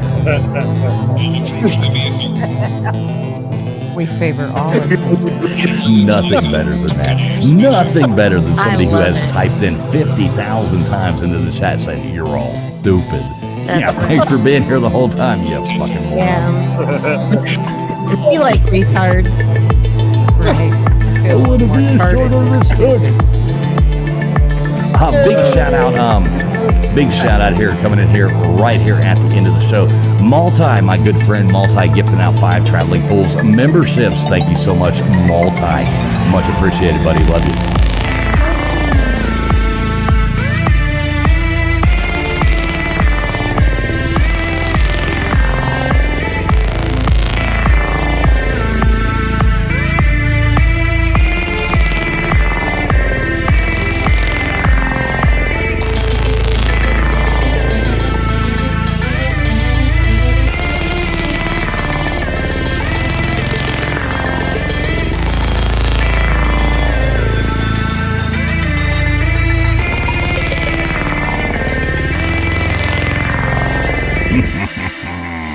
Getting safe. Getting Tron.